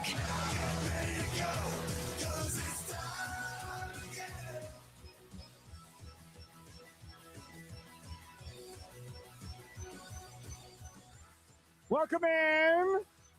We are broadcasting live from the Wisconsin Sports Radio Network studios, powered by the Potawatomi Sportsbook. Don't forget, if you ever miss anything that happened on the show on a given day, text Sparky to the Nicolay Law Talk and Text line at 414-677-1250 to get the link to today's show. Again, Sparky to the Nicolay Law Talk and Text line at 414-677-1250 to get the link to today's show. Coming up this hour, we're going to get into talking a little bit more about Giannis, but I want to put you in the shoes of Wesley Edens and Jimmy Haslam and those guys. We'll do that coming up in the second segment. Things Sparky missed. Lots to talk about. Daryl Morey, Marquette, Albert Pujols. Some of the topics we'll talk about in the last segment of the show and Things Sparky missed. But it is 4 o'clock. Let's go. It's time for your green and gold update on Wisconsin Sports Daily, powered by the Potawatomi Sportsbook on the Wisconsin Sports Radio Network with Steve Sparky Pfeiffer. All right, so normally we would talk about, I don't know, talk about draft picks, talk about the offseason, what do the Packers need, let's do an interview, whatever. We always have things. Charlie today was producer extraordinaire today. He went and found two things. One I saw, the other I did not. The one that I saw is the piece of audio that came out of Buffalo. Now, this piece of audio that came out of Buffalo, you could well imagine is from our guy, Romeo Dobbs. I don't see that either, Charlie, so you'll have to play it on your side. From Romeo Dobbs, WSD 512. Is today 512? 513. Oh, we already went over this today, Damn Sparky. You guys missed off air. Sparky doesn't know his days. I do not. All day I thought it was the 12th. Like, I got all this stuff, man. I was on top of it. I got it. I see the Ortiz thing from earlier. Man, look at me. Whew, good thing I got Charlie. Okay, so here's Romeo Dobbs talking in Buffalo, or in New England, not Buffalo, talking in New England at a press conference with the Patriots about whether or not he's going to circle the dates when the Patriots play the Packers this year. Nah, man. I mean, Green Bay took care of me. It wouldn't be a reason for me to have that type of pressure against them. Because again, my career started there. They taught me, the foundation of football, how football works, situational football, just understanding complementary football, how teams can be like just the overall game in general. They showed me the ropes in that area. And again, I do know that we play them this year, but it's not even like that. So there you go. No hard feelings between Romeo Dobbs and the Packers. But again, it's a business. So he's moving on from his first team to his next team already and so forth, and he'll appreciate what he learned. So that one I saw and I heard. This other one, not audio, but I'm telling you, it is worth the read. I love the Players Tribune, just in general. Like every about it. Comes out is awesome. I forget about it. It's not one of my always go-to websites, right? I forget about it. I agree with you. It's an awesome website.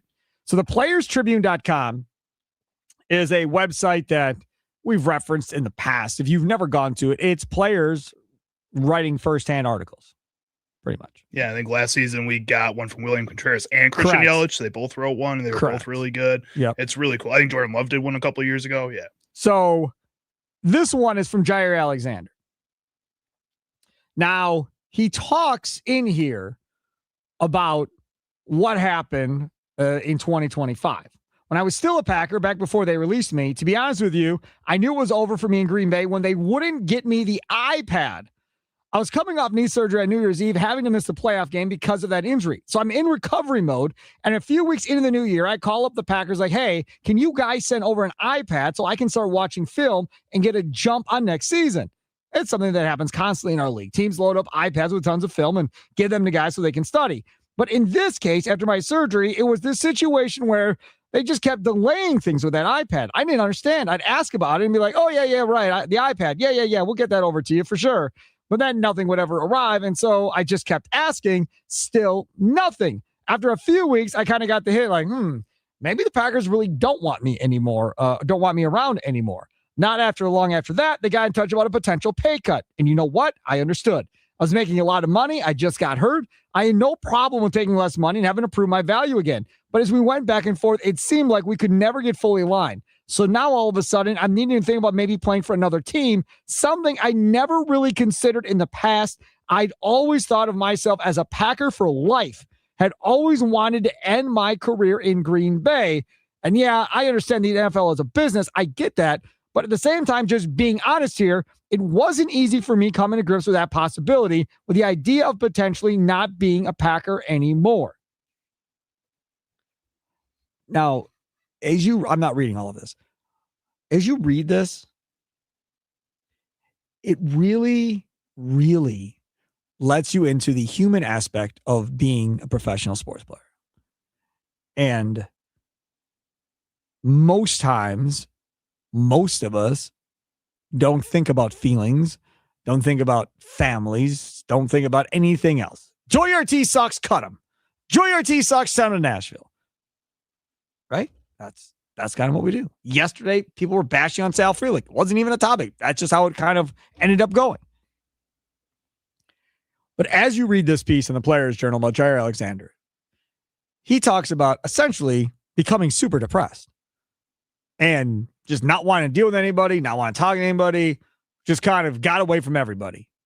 He got so depressed that he went and got himself a dog, like a puppy dog, to keep him company and kind of be, I don't know, therapy dog, whatever you want to call it. Still got the dog. Dog's much grown now. Ended up going to see a therapist. And the therapist said, hey, man, it's kind of like you got divorced from your wife, right? It's kind of like if you were married to that team. You were all in, emotionally, everything. And now they just essentially left you. See ya. We found somebody else we like better. And now you're struggling to figure out how to get through that. I mean, again, when they cut Jair, raise your hand if you were wondering if Jair was okay. Raise your hand if you're wondering if Jair was depressed and down and out and feeling bad for himself. Anybody? Because I don't remember it myself. I didn't think about it. It's like, oh, Jair. Because when you think of Jair, what do you think of? Cocky, boisterous, right? Went like right to Baltimore and was already on Baltimore. So we were talking about that. But the Baltimore thing is in there too. Mm-hmm. Do you know how the Baltimore thing happened?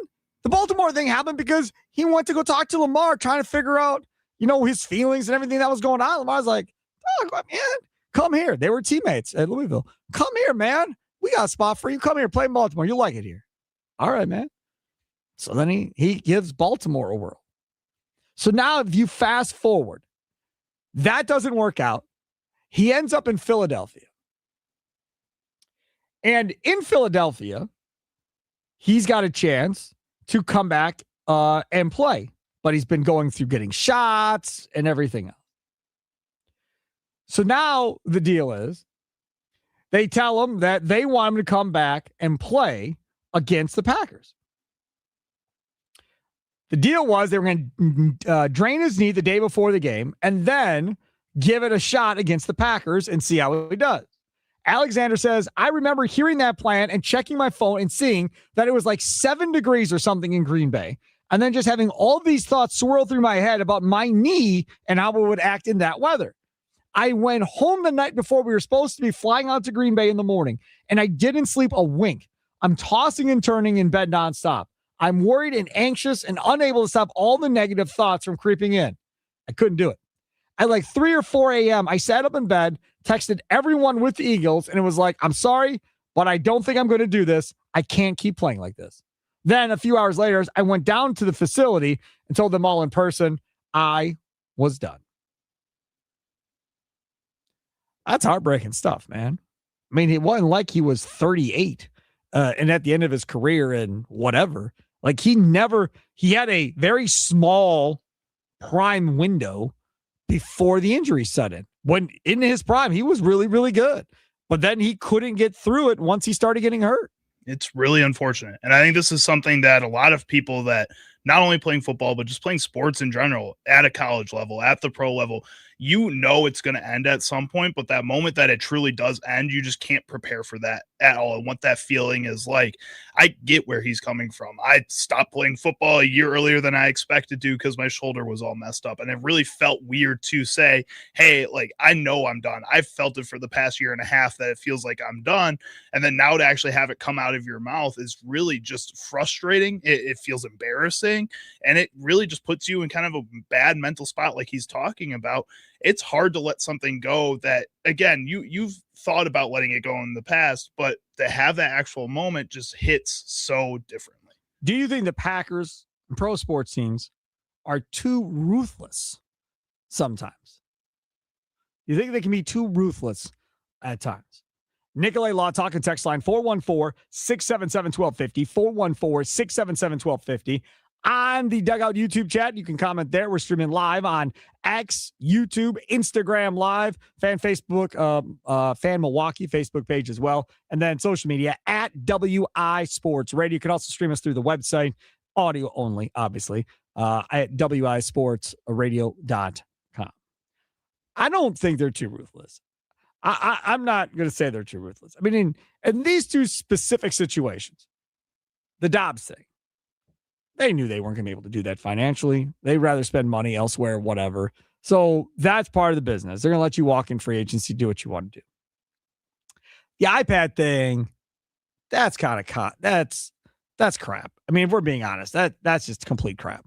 Like this is what I told you. Remember, we were going into free agency, and I'm on the radio going, just cut him. Mm-hmm. If you don't want him, cut him and let him go pick where he wants to play. Don't drag this out until June 1st or whatever. And then, now we're going to cut him and screw him from the opportunities that might still be available as we get ready for training camp. Don't do that.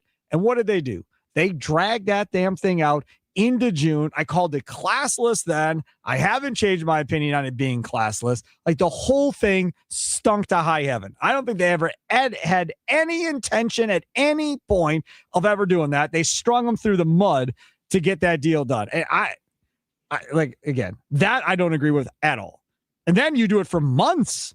Again, that went on for 3 months of all this nonsense. I get to some degree from a business sense doing it, but at the same time, communicate that with him. And I know you don't want him to lose interest in the team just in case you do need to bring him back or any of these other situations. But at the same time, you might keep him from feeling the way he did feel in that moment by just saying, hey, look, we're looking at other options with you, Jair. No, we're not going to send you the iPad right now because we don't really want you to see what you're doing or what we're planning on doing, because right now we don't know what the plan is. Go ahead, look at other teams, go start talking with other guys, but we need to make a decision right now too, instead of going, oh yeah, we'll send it. Yeah, it's coming. Oh, I must have got lost in the mail. That's basically what he said happened. Like, that's crazy. Yep. That's rude to a guy that, yes, maybe isn't a legend of your team, but has been a pretty big part of your squad for the past few years. At least help him out a little bit and give a little clarity to that situation. And I think, frankly, with Romeo Dobbs, he had a little bit of a mental health break in the middle of the season 2 years ago. And that was a problem too. And I think part of what led to that was the Packers constantly letting him think that he had an opportunity to be a wide receiver one and then not getting to that level. And that frustrated him. And then when he asked for answers, probably the Packers didn't give him to him based on what we are hearing about what happened with Jair Alexander. And that can lead to frustrations until finally they had to tell him. And because he was on the roster, he just kind of dealt with it. Romeo Dobbs, that is. And that's kind of what it seems like happened to me. I don't know. Ruthless maybe isn't the best word, but it just doesn't feel like these organizations are conscious sometimes. They just go at their own pace and forget that these are real people. Yes, they're millionaires, but they're real people. Got all kinds of people coming in on this. JB in the 920, job made his bed, screw that guy type deal. That's not what he said, but JB in the 920, what's that? 262, what's the website? I keep missing it. It's the Players Journal, theplayerstribune.com. theplayerstribune.com. At Players Tribune on Twitter or on X if you want to find them that way. Sure. At the end of this, there's a lot in here. So trust me, it's worth going to read. No matter what I read, there's still a ton more. But at the end of this, I think it's really, really well said by Jair. If there's anything I've learned over this past year, it's that life isn't always going to go perfect. There will always be ups and downs. And sometimes just being able to say that you're in a good place and just being happy overall, that really is good enough. Well said. I mean, it's a perfect way to wrap that up. And it just tells you, how he's grown, things that he's learned along the way, and kind of going the ups and downs and doing all of that. Let's see what else we got here. Ziggy says, at the end of the day, it's an employer-employee relationship. People or players in this discussion are disposable when it no longer benefits the company. Sure. I agree with you. That's exactly what this is. And so many times people will say, well, it's not like real life, Sparky. The sports aren't like real life. And in a lot of instances, that's true. It's not like real life.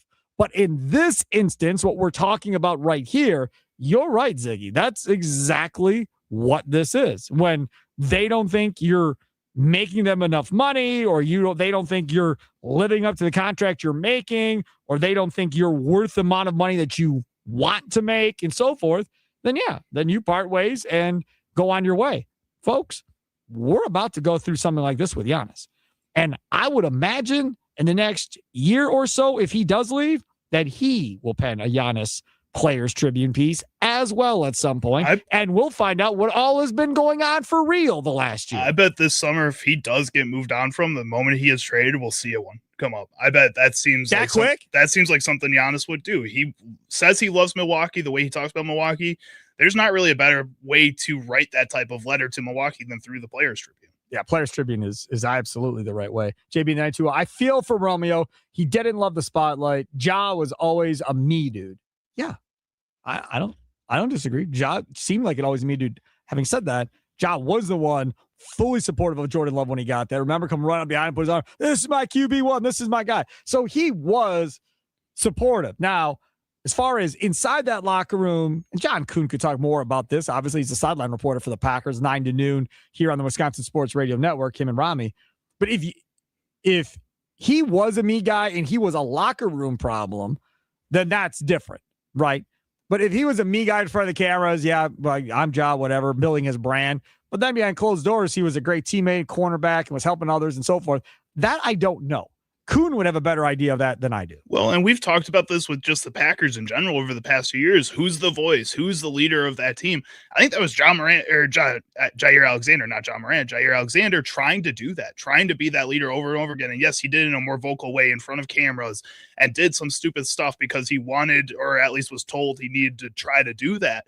I think that's the biggest key, is that when the Packers and Aaron Rodgers was out of that locker room, it was hard for somebody to step up into that spot. And Jair Alexander was trying to do that. I think that made him look worse sometimes on camera than maybe he actually was. A lot of these players, Keyshawn Nixon talked about how sad he was when Jair Alexander was gone. Like, these guys seem to have really liked having him on their team, even if he did have a loud mouth sometimes. And that's again, now it's done.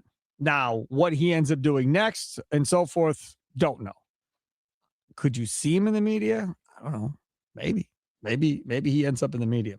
Either way, if you're wanting to be a winner, Habush, and Rotier, baby. That's where you go. National reputation, hometown service. They've been helping Wisconsinites for almost 100 years. You've been hurt in a car accident. It can be a scary time.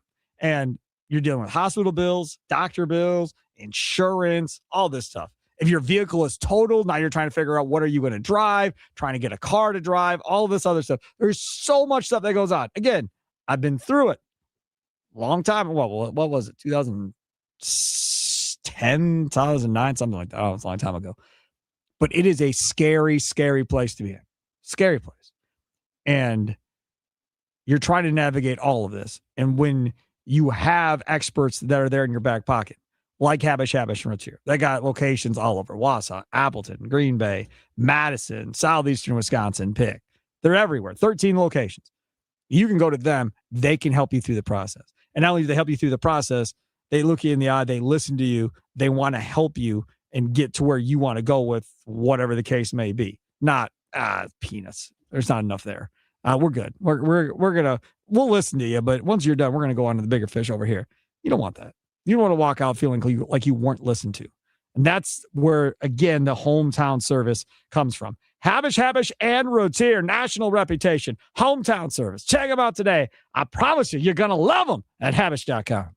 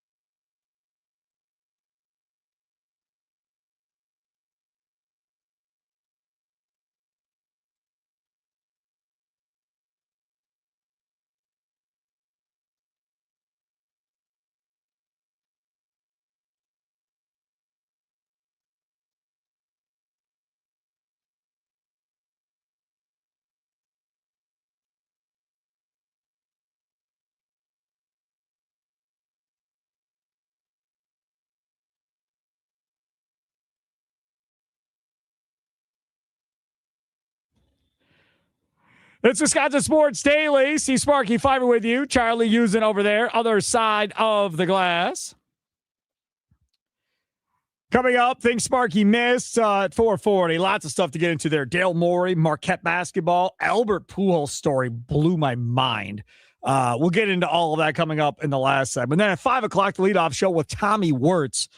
He was just in here telling us about banking. How old he is. Yes, coming up at the leadoff show, 5 to 6:30. Then after the last pitch, you make the switch to the Potawatomi Sportsbook post-game show.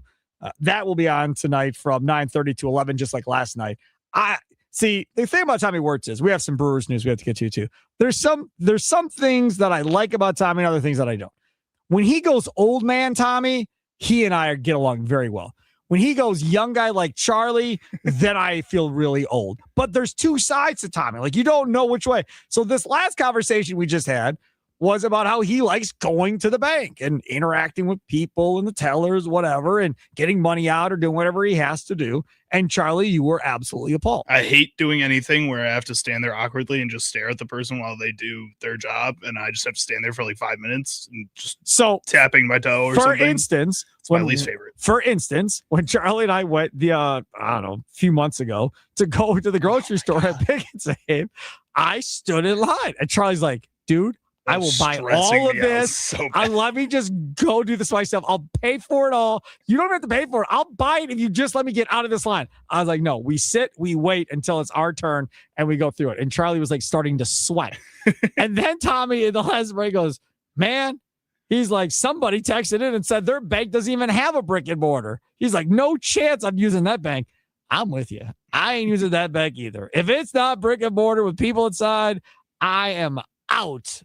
No chance I'm doing it. Well, and like if I have to go to these places or go and actually go to a person, like it's not the biggest problem on earth. It's just if I have other options, I prefer to do those other options. And again, just standing there awkwardly staring at somebody doing their job does not sound fun to me when like they could see me standing there staring at them doing their job. I was standing in a line at Pick and Save the other day, and the dude in front of me was going back and forth about how his bill was off $20 because he didn't get the correct discount on his cans of soda or whatever. And this went on, I tell you, for at least 10 minutes. I would have lost my mind. And Kay had already taken the kids to the car. So they were waiting for me in the car.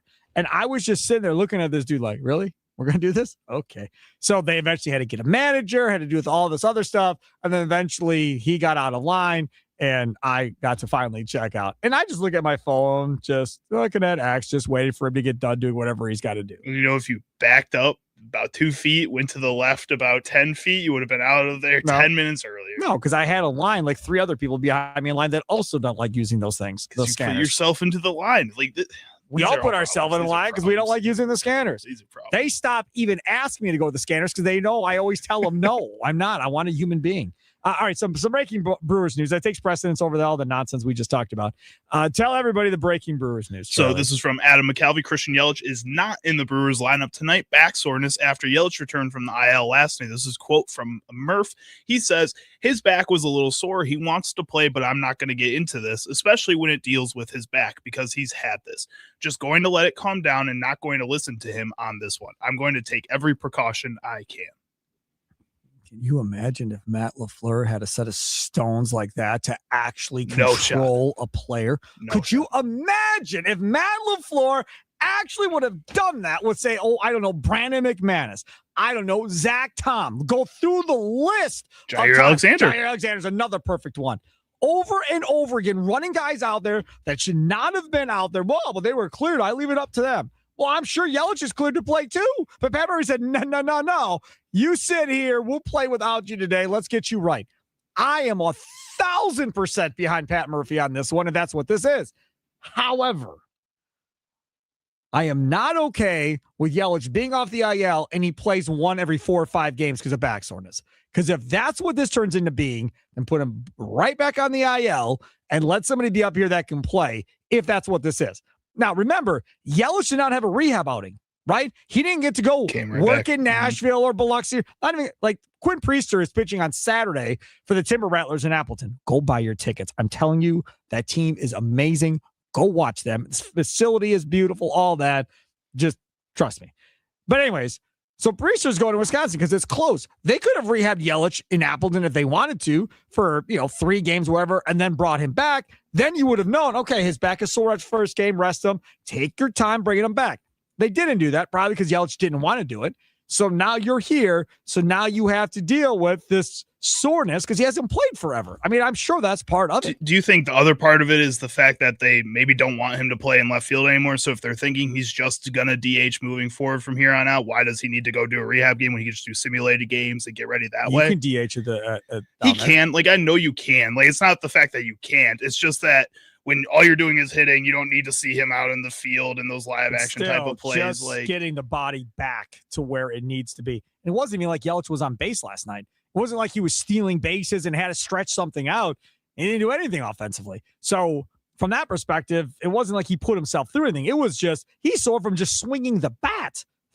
That's what he's sore from. Which could maybe be like, Brandon Woodruff's dead arm where he's just tired after coming off an injury or something like that. But like, I don't know. I hate to hear this type of stuff like the Brandon Woodruff dead arm. That's saying that these guys are getting old and that they're not maybe going to be able to be as productive for an entire season. No. You're way overreacting. Normally I overreact. Man, the dude's just sore after coming back. It's like if you haven't, what would be a good swung a golf club or something, right? You haven't swung a golf club in a while, whatever. You go, you play 18 holes, and you feel it in different areas the next day. Like, man, I'm sore. I haven't swung a club in forever. It probably doesn't happen to you. You're young. But us old guys, that can obviously be a thing if you do that. Even if I take it to, like, say, bowling from that perspective, you haven't bowled in quite a while, and now you go bowl 6 or 9 games. Yeah, you're probably going to feel it a little bit the next day, that general soreness. So I think, maybe I'm wrong. Maybe Charlie's right. Maybe this is the beginning of the end for Christian Yelich's career. But I think that this is just a random thing, little sore, and Murphy is playing it super cautious, which I appreciate, and we see what happens. Now, if in 2 weeks we're sitting here going, he's playing 1 game a series because he's continuing to have back soreness, then I may start leaning towards Charlie of, okay, there is something greater here, and they need to put him back on the IL. And it would be different, like, if he was saying, my shoulder's sore in this moment because he hasn't really had shoulder problems in the past. Like, I'd agree with you on that. The problem is it's back soreness, and it's been the back for the past couple of seasons, too, that's slowly kind of deteriorated him throughout the seasons. And that's what worries me, is that we're seeing the back soreness already this early in the season, because that's a problem. That's where it's been a problem for Christian Yelich. It's not the same as, I just haven't done it in a while. It's, I have a spot that's been bothering me for a long time, and now it's bothering me again. Coming back here, is this related to him just not playing, or is this related to a bigger problem that's affected him for a long time now? Yeah, those are good questions. I mean, we'll see how this whole thing plays out. I just like that the manager took this into his own hands and said, you're sitting down. I don't care what the trainer says. I don't care what the doctor says. I don't care what you say. You're sitting down, and we're going to baby this thing and make sure you're good. We have a long season to go. We're on a winning streak right now. This isn't life or death if we don't win tonight's game. Chill and relax over there and do your thing. Now, I have not seen the lineup yet. If the lineup is out, I would assume that we will see Vaughn and or Sanchez with Bowers in this lineup. I would hope, Charlie. You would think so. Oh, no. I mean, do you want me to read the lineup for you, Sparky? You're going to be fine with it. Okay. So you have Jackson Churio leading off in left field. Why would you refuse to let the same guy bat 2 days in a row in the leadoff spot? Why is that so difficult? Because he put Bryce Trang batting second for some reason. We play this goofy game. I swear to God. Like, they're playing in the same 2 spots. Like, just leave them in their spots, and that doesn't make sense. I don't care if it's righty or lefty. That should not matter who bats leadoff and who doesn't. William Contreras catching is batting third. Jake Bowers at DH. Andrew Vaughn at first base. Ooh, that's good. 1 through 5 again. Even without Yelich, I like that 1 through 5. Garrett Mitchell in center. Luis Rengifo, Sal Frelick, and Joey Ortiz to close out the line. Lineup blows up after that. Again, no Gary Sanchez. You could put Bowers in a corner and move Churio to center or Frelick to center, whatever, and let Bowers be in the outfield, let Sanchez be in the DH, and you extend the lineup by another player. Instead, it's after 5. Just ridiculous. Joey and Garrett and Sal all got to play, Sparky. But I will say this. I'll say this. At least he's got Joey back in the lineup again after last night. Yeah. Because that's something you weren't confident about earlier. Right. Yeah. We had people predicted you won't play Joey Ortiz after last night's game. Well, thank God that didn't. That it wasn't the scenario. Got a bunch of people texting in here. Namely JB the 920 and Ziggy. JB the 920. I love old man Tommy too. That kid's a good soul. You are too, Charlie. Tommy just sounds more innocent at times. LOL. Tommy sounds more innocent. I think sometimes I get a little too positive about things and maybe have too much of a glass half full point of view, and I got to knock that down a little bit. I don't know. Tommy's an old man sometimes. Yeah, for sure. And definitely not innocent. No. Ziggy says, Charlie, you work in radio and you are a bartender. How can you not strike up a conversation at a bank with your teller? Because I'm doing it all the time at my two jobs. So when I'm not doing my two jobs, sometimes I like to be quiet and I like to just kind of stand off to the side. Like when I'm not doing this, when I'm not bartending, I'm kind of a very to myself person. I don't go out all that often. I like staying at home. I like watching a bunch of movies and stuff. But when I'm doing this, I get all that energy out, So it's easier up here than at the bank, I guess. Very, very similar to Rami Maklov. Yeah, I would say a lot of the stuff that I've heard about Rami since he started, I'm very much like Rami. Very, very much like Rami for sure. And you're both Bears fans and all that nonsense to go along with everything else. I am not like that. I'm talking constantly, regardless if I am here or in a grocery store or whatever the case may be. I'm not necessarily like that. But that's all good stuff. All right, coming up next, things Sparky missed. Straight ahead, lots to get to there. Step up to the plate, take a shot at winning major prizes in the $300,000 Big League Series at Potawatomi Casino Hotel, Milwaukee. April through June, you could win a share of $300,000 in prizes. All monthly promo entries count towards the grand finale drawings on June 26th. Get triple the entries during Brewers home games, that's tonight, and score one of 3 all-new Toyota vehicles. More info online. Must be 21 and rewards member to play only at Potawatomi. Also, don't forget, got the shuttles to and from Brewers home games at the Potawatomi Sportsbook. Got to make a $5 purchase or more. They give you a bracelet if you tell them you want to ride the shuttle after you make your $5 purchase or $5 wager, whatever the case may be. And you can go there. Free parking at Potawatomi. Got that beautiful parking structure. Covers you from the elements if it's raining out or hailing or whatever else happens in this state. All of that protected right there in that structure. Costs you nothing. You don't got to pay $20, $25 to park it. So it's a beautiful thing. Leadoff show. Tommy Wirtz comes up here in about 20 minutes. He gets you ready for the game. You'll hear from Pat Murphy, all of his comments coming up from pregame, coming up here at 5 o'clock. Don't change that dial. It's Wisconsin Sports Daily, live from the Wisconsin Sports Radio Network studios, powered by the Potawatomi Sportsbook. Sparky here.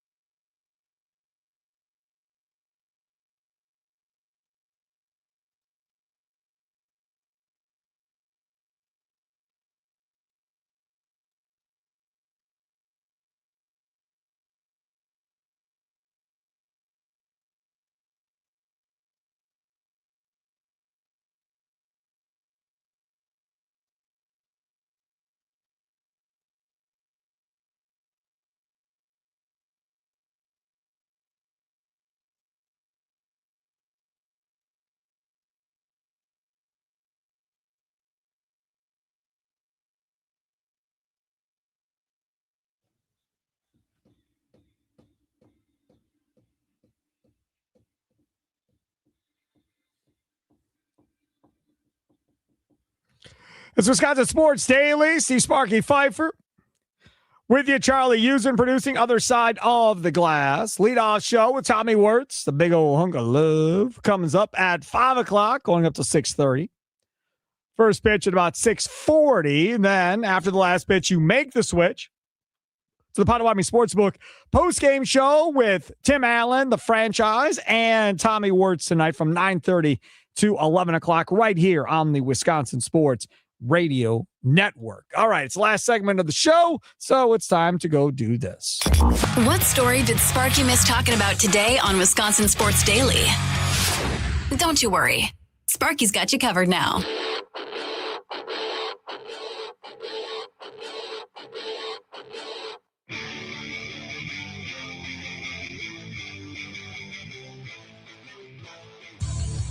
How about this? The Packers in the last hour have claimed a Hall of Famer's son off of waivers. Oh. Did you see this? I did not see this. The Packers, this is coming from Ari Marov, the Packers have claimed wide receiver Brendan Rice, son of Jerry, off waivers from the Las Vegas Raiders. Okay, I guess. I remember hearing Brendan Rice's name in the draft kind of talk. I think it was 2 seasons ago. It wasn't really that exciting then, and other than the fact that his last name was Rice. I don't know, not really getting me going at all, I guess. It's getting me going. I want Jerry Rice at training camp helping my wide receivers. Yeah, I want Jerry Rice at training camp helping Matthew Golden. I'm all in on Jerry Rice being around the facility helping out. Put Brandon Rice on the practice squad. I don't care. You'd have to put him on the roster to get Jerry Rice there. You'd have to put him on the active. Yeah, but you don't know what's going to happen at training camp, so let's just have him hanging around on training camp. If I'm Jerry Rice, I'm not coming unless my son's on the active roster. That's my point. Like, I'm not doing anything for that franchise until my son's got a job. You're not Jerry Rice, so maybe we can pull off a Jerry Rice team. Teach him the history of the Green Bay Packers. You seem pretty optimistic about this, Sparky. Hey, I'm just trying to be optimistic. I think if he wanted to go to the Packers at some point in his career, if he cared about the history of the Green Bay Packers, he would have done it. Nah, instead he ended up with the Raiders. Seahawks for a little bit too. Yeah, his career was over before that, and it should have been done. But either way, regardless. Okay, some of the things that we missed on today's show. What is going on with the Giants post-game celebrations exactly? Like, you weren't a fan, Sparky? There is something wrong with these dudes, man. Like, no, it's like it's just some brotherly love, man. It's just some brotherly love. Here comes Tommy Wirtz. Don't you know that's how the producers celebrate every day? Yeah, that is. Yeah, that's how Tommy, Brandon, and I walk out of the building every day. Charlie and Snide every day. Goodness gracious, you guys are out of control. It's just like Tommy, I don't think can hear me. He just said the same exact thing. Yeah, I said the same thing. Y'all need to go. John Boy Media has the video up. It is quite entertaining. Can you explain it to people who haven't seen it? Not quite Sparky, sure. break it down for me, please. Yeah, I mean, they're all sitting there hugging each other in a circle and then taking their pelvic movements forward and backwards. So I was saying to each other in a circle while holding each other's shoulders, I guess. Yeah, Major League Baseball. Major League Baseball. We need to show how they're doing it on there right now. Major League Baseball sent out an email and said, you need to stop that. No more, please. We need to stop that. So I don't think you'll see that anymore, but I found that was very interesting. The other thing that I found interesting was this news coming out of Philadelphia with the 76ers yesterday about our guy, Mr. Morey, losing his gig. Daryl Morey, who has been running basketball operations for the Sixers as president of basketball operations, no longer. But they keep Nick Nurse? What? Like, this is the stuff that I don't understand. Like, if you are going to get rid of Morey, then let the next guy coming in have the say on who the next head coach is. Don't stick the dude with the head coach where it clearly wasn't working at this point. That's just me, though. Now, I'm not these guys, and Bob Myers, who helped create the Golden State Warriors and all that, he's the guy that fired Morey in Philly because they brought him in to figure out how to fix their basketball operations and so forth. So that was the decision. Now, again, Josh Harris owns the Sixers, owns the Commanders, so he knows what he's doing. He's not an idiot, obviously. And I think bringing in Bob Myers was the right call as well, to have him come in, overlook it all, figure out what is the right direction for them to go as far as who the next president of basketball operations is going to be / GM, whatever that is going to end up being at the end. I would have got rid of Nick Nurse too. I don't know. I think you look at the market and how quickly the Milwaukee Bucks went and got Taylor Jenkins without kind of even talking to anybody else tells you how weak the coaching market is this season. And I think that the Philadelphia 76ers, they paid a lot of money to Nick Nurse. They expected him to come in and be this kind of game-changing coach for them because that's what he was in Toronto. And I don't think they just want to give up on that yet, knowing that it could kind of plunge them, especially if they were to trade Joel Embiid to this offseason, which is potential. It would kind of plunge them back into that dark age that they don't want to be in anymore. They have 3 massive salaries right now. And that's why they're talking about moving Embiid, Maxey, and Paul George. I don't want Paul George. Those 3 guys all have massive salaries. Moving Maxey. They're not trading Maxey for sure. Your short that you posted yesterday at WI Sports Radio about the Joel Embiid conversation got a bunch of people mad and angry. Like, absolutely not. I don't want Joel Embiid. No. I was looking at it like across all the platforms that I posted on. So Instagram, YouTube, X, Facebook, and TikTok. It had more comments than it did likes on all those. And it was all people telling like Nate and you that you guys were wrong. That you shouldn't do that. That's stupid. Except for one on YouTube that said, go ahead, take him. Because I think it was from a 76ers fan. I just think that at the end of the day, if the Bucks are going to convince Giannis to stay, they have to get another superstar. Regardless if he's a broken down superstar or not. Somebody that you can sell to Giannis that you can win with, right? I mean, Giannis is broken down too. So what's he going to say about that? Whether it's Ja, whether it's Embiid, whether it's whoever. I just think if you're serious about getting him to stay, it's going to have to be some type of play like that. Like Lillard at the end of his career. Same type of deal that they did before. Except it's going to have to be with somebody else. And then hopefully the results are different. And the definition of insanity is doing the same thing over and over again and expecting a different result. But that's kind of what they have to do if they want to keep But if you also put in a young piece that in that same kind of vein that can help out this team, if you were to trade your 10th overall pick or take somebody with the 10th overall pick, you can find somebody to also pair in that. Then it's not just going and getting the old guy. You're getting an old guy while also finding a young, fresh piece that could potentially give you a different perspective on how to play the game this season. I think that's a big deal. I think that's part of what Philadelphia made them so successful this year is VJ Edgecombe slipping into that group and being able to be that part of that team. A lot of these other squads that took these big jumps because they had veterans and they had a young guy that was willing to step up. The Bucks haven't drafted a young guy that's willing to step up yet. You got Embiid and Edgecombe and a 1. You did before Giannis, right? Right. I mean, yeah. No. I said yeah first because I'd be interested in looking at it. I don't think I'd say yes. Because that Miles Turner has to be gone. Right. You'd have to figure out how to make that contract space extra so you could put other guys around Embiid and Edgecombe too, and then B, free up that spot for Embiid. Yeah, and then Philly would then have to move on from Paul George as well. I mean, they would have to do a complete. Okay with that. They would have to do a complete rebuild at that point. Something else that we missed on today's show: Marquette basketball, according to a report, will headline one part of the 2026 Battle for Atlantis in the Bahamas this upcoming season. Virginia, Marquette, Texas A&M, and one other team to be determined will be there. They're going to have a second 4-team bracket as well. So we'll see what ends up looking up there. Now, again, I don't know who's got what on the schedule and who can do what. It would be cool if Wisconsin ended up in that tournament. That would be kind of cool if Wisconsin was in the tournament in the Bahamas and you had like the state of Wisconsin taking over that tournament with Badger and Marquette fans. That'd be fun. I heard earlier today, Doug Gottlieb was on Inside Wisconsin Sports like he is every Wednesday morning at 8 o'clock here on the Wisconsin Sports Radio Network. And he was saying that there's talk that Green Bay may go to Hawaii to play in a tournament. The Green Bay Phoenix to Hawaii, possibly, according to Doug Gottlieb. So that would be fun, too, to check out. That'll do it for today's show. The leadoff show with Tommy Wirtz comes up next. Get your lineups here from Pat Murphy from before the game. More on Christian Yelich as well. It's Wisconsin Sports Daily, live from the Wisconsin Sports Radio Network studios, powered by the Potawatomi Sportsbook. Enjoy the rest of your evening, Wisconsin. Toodles.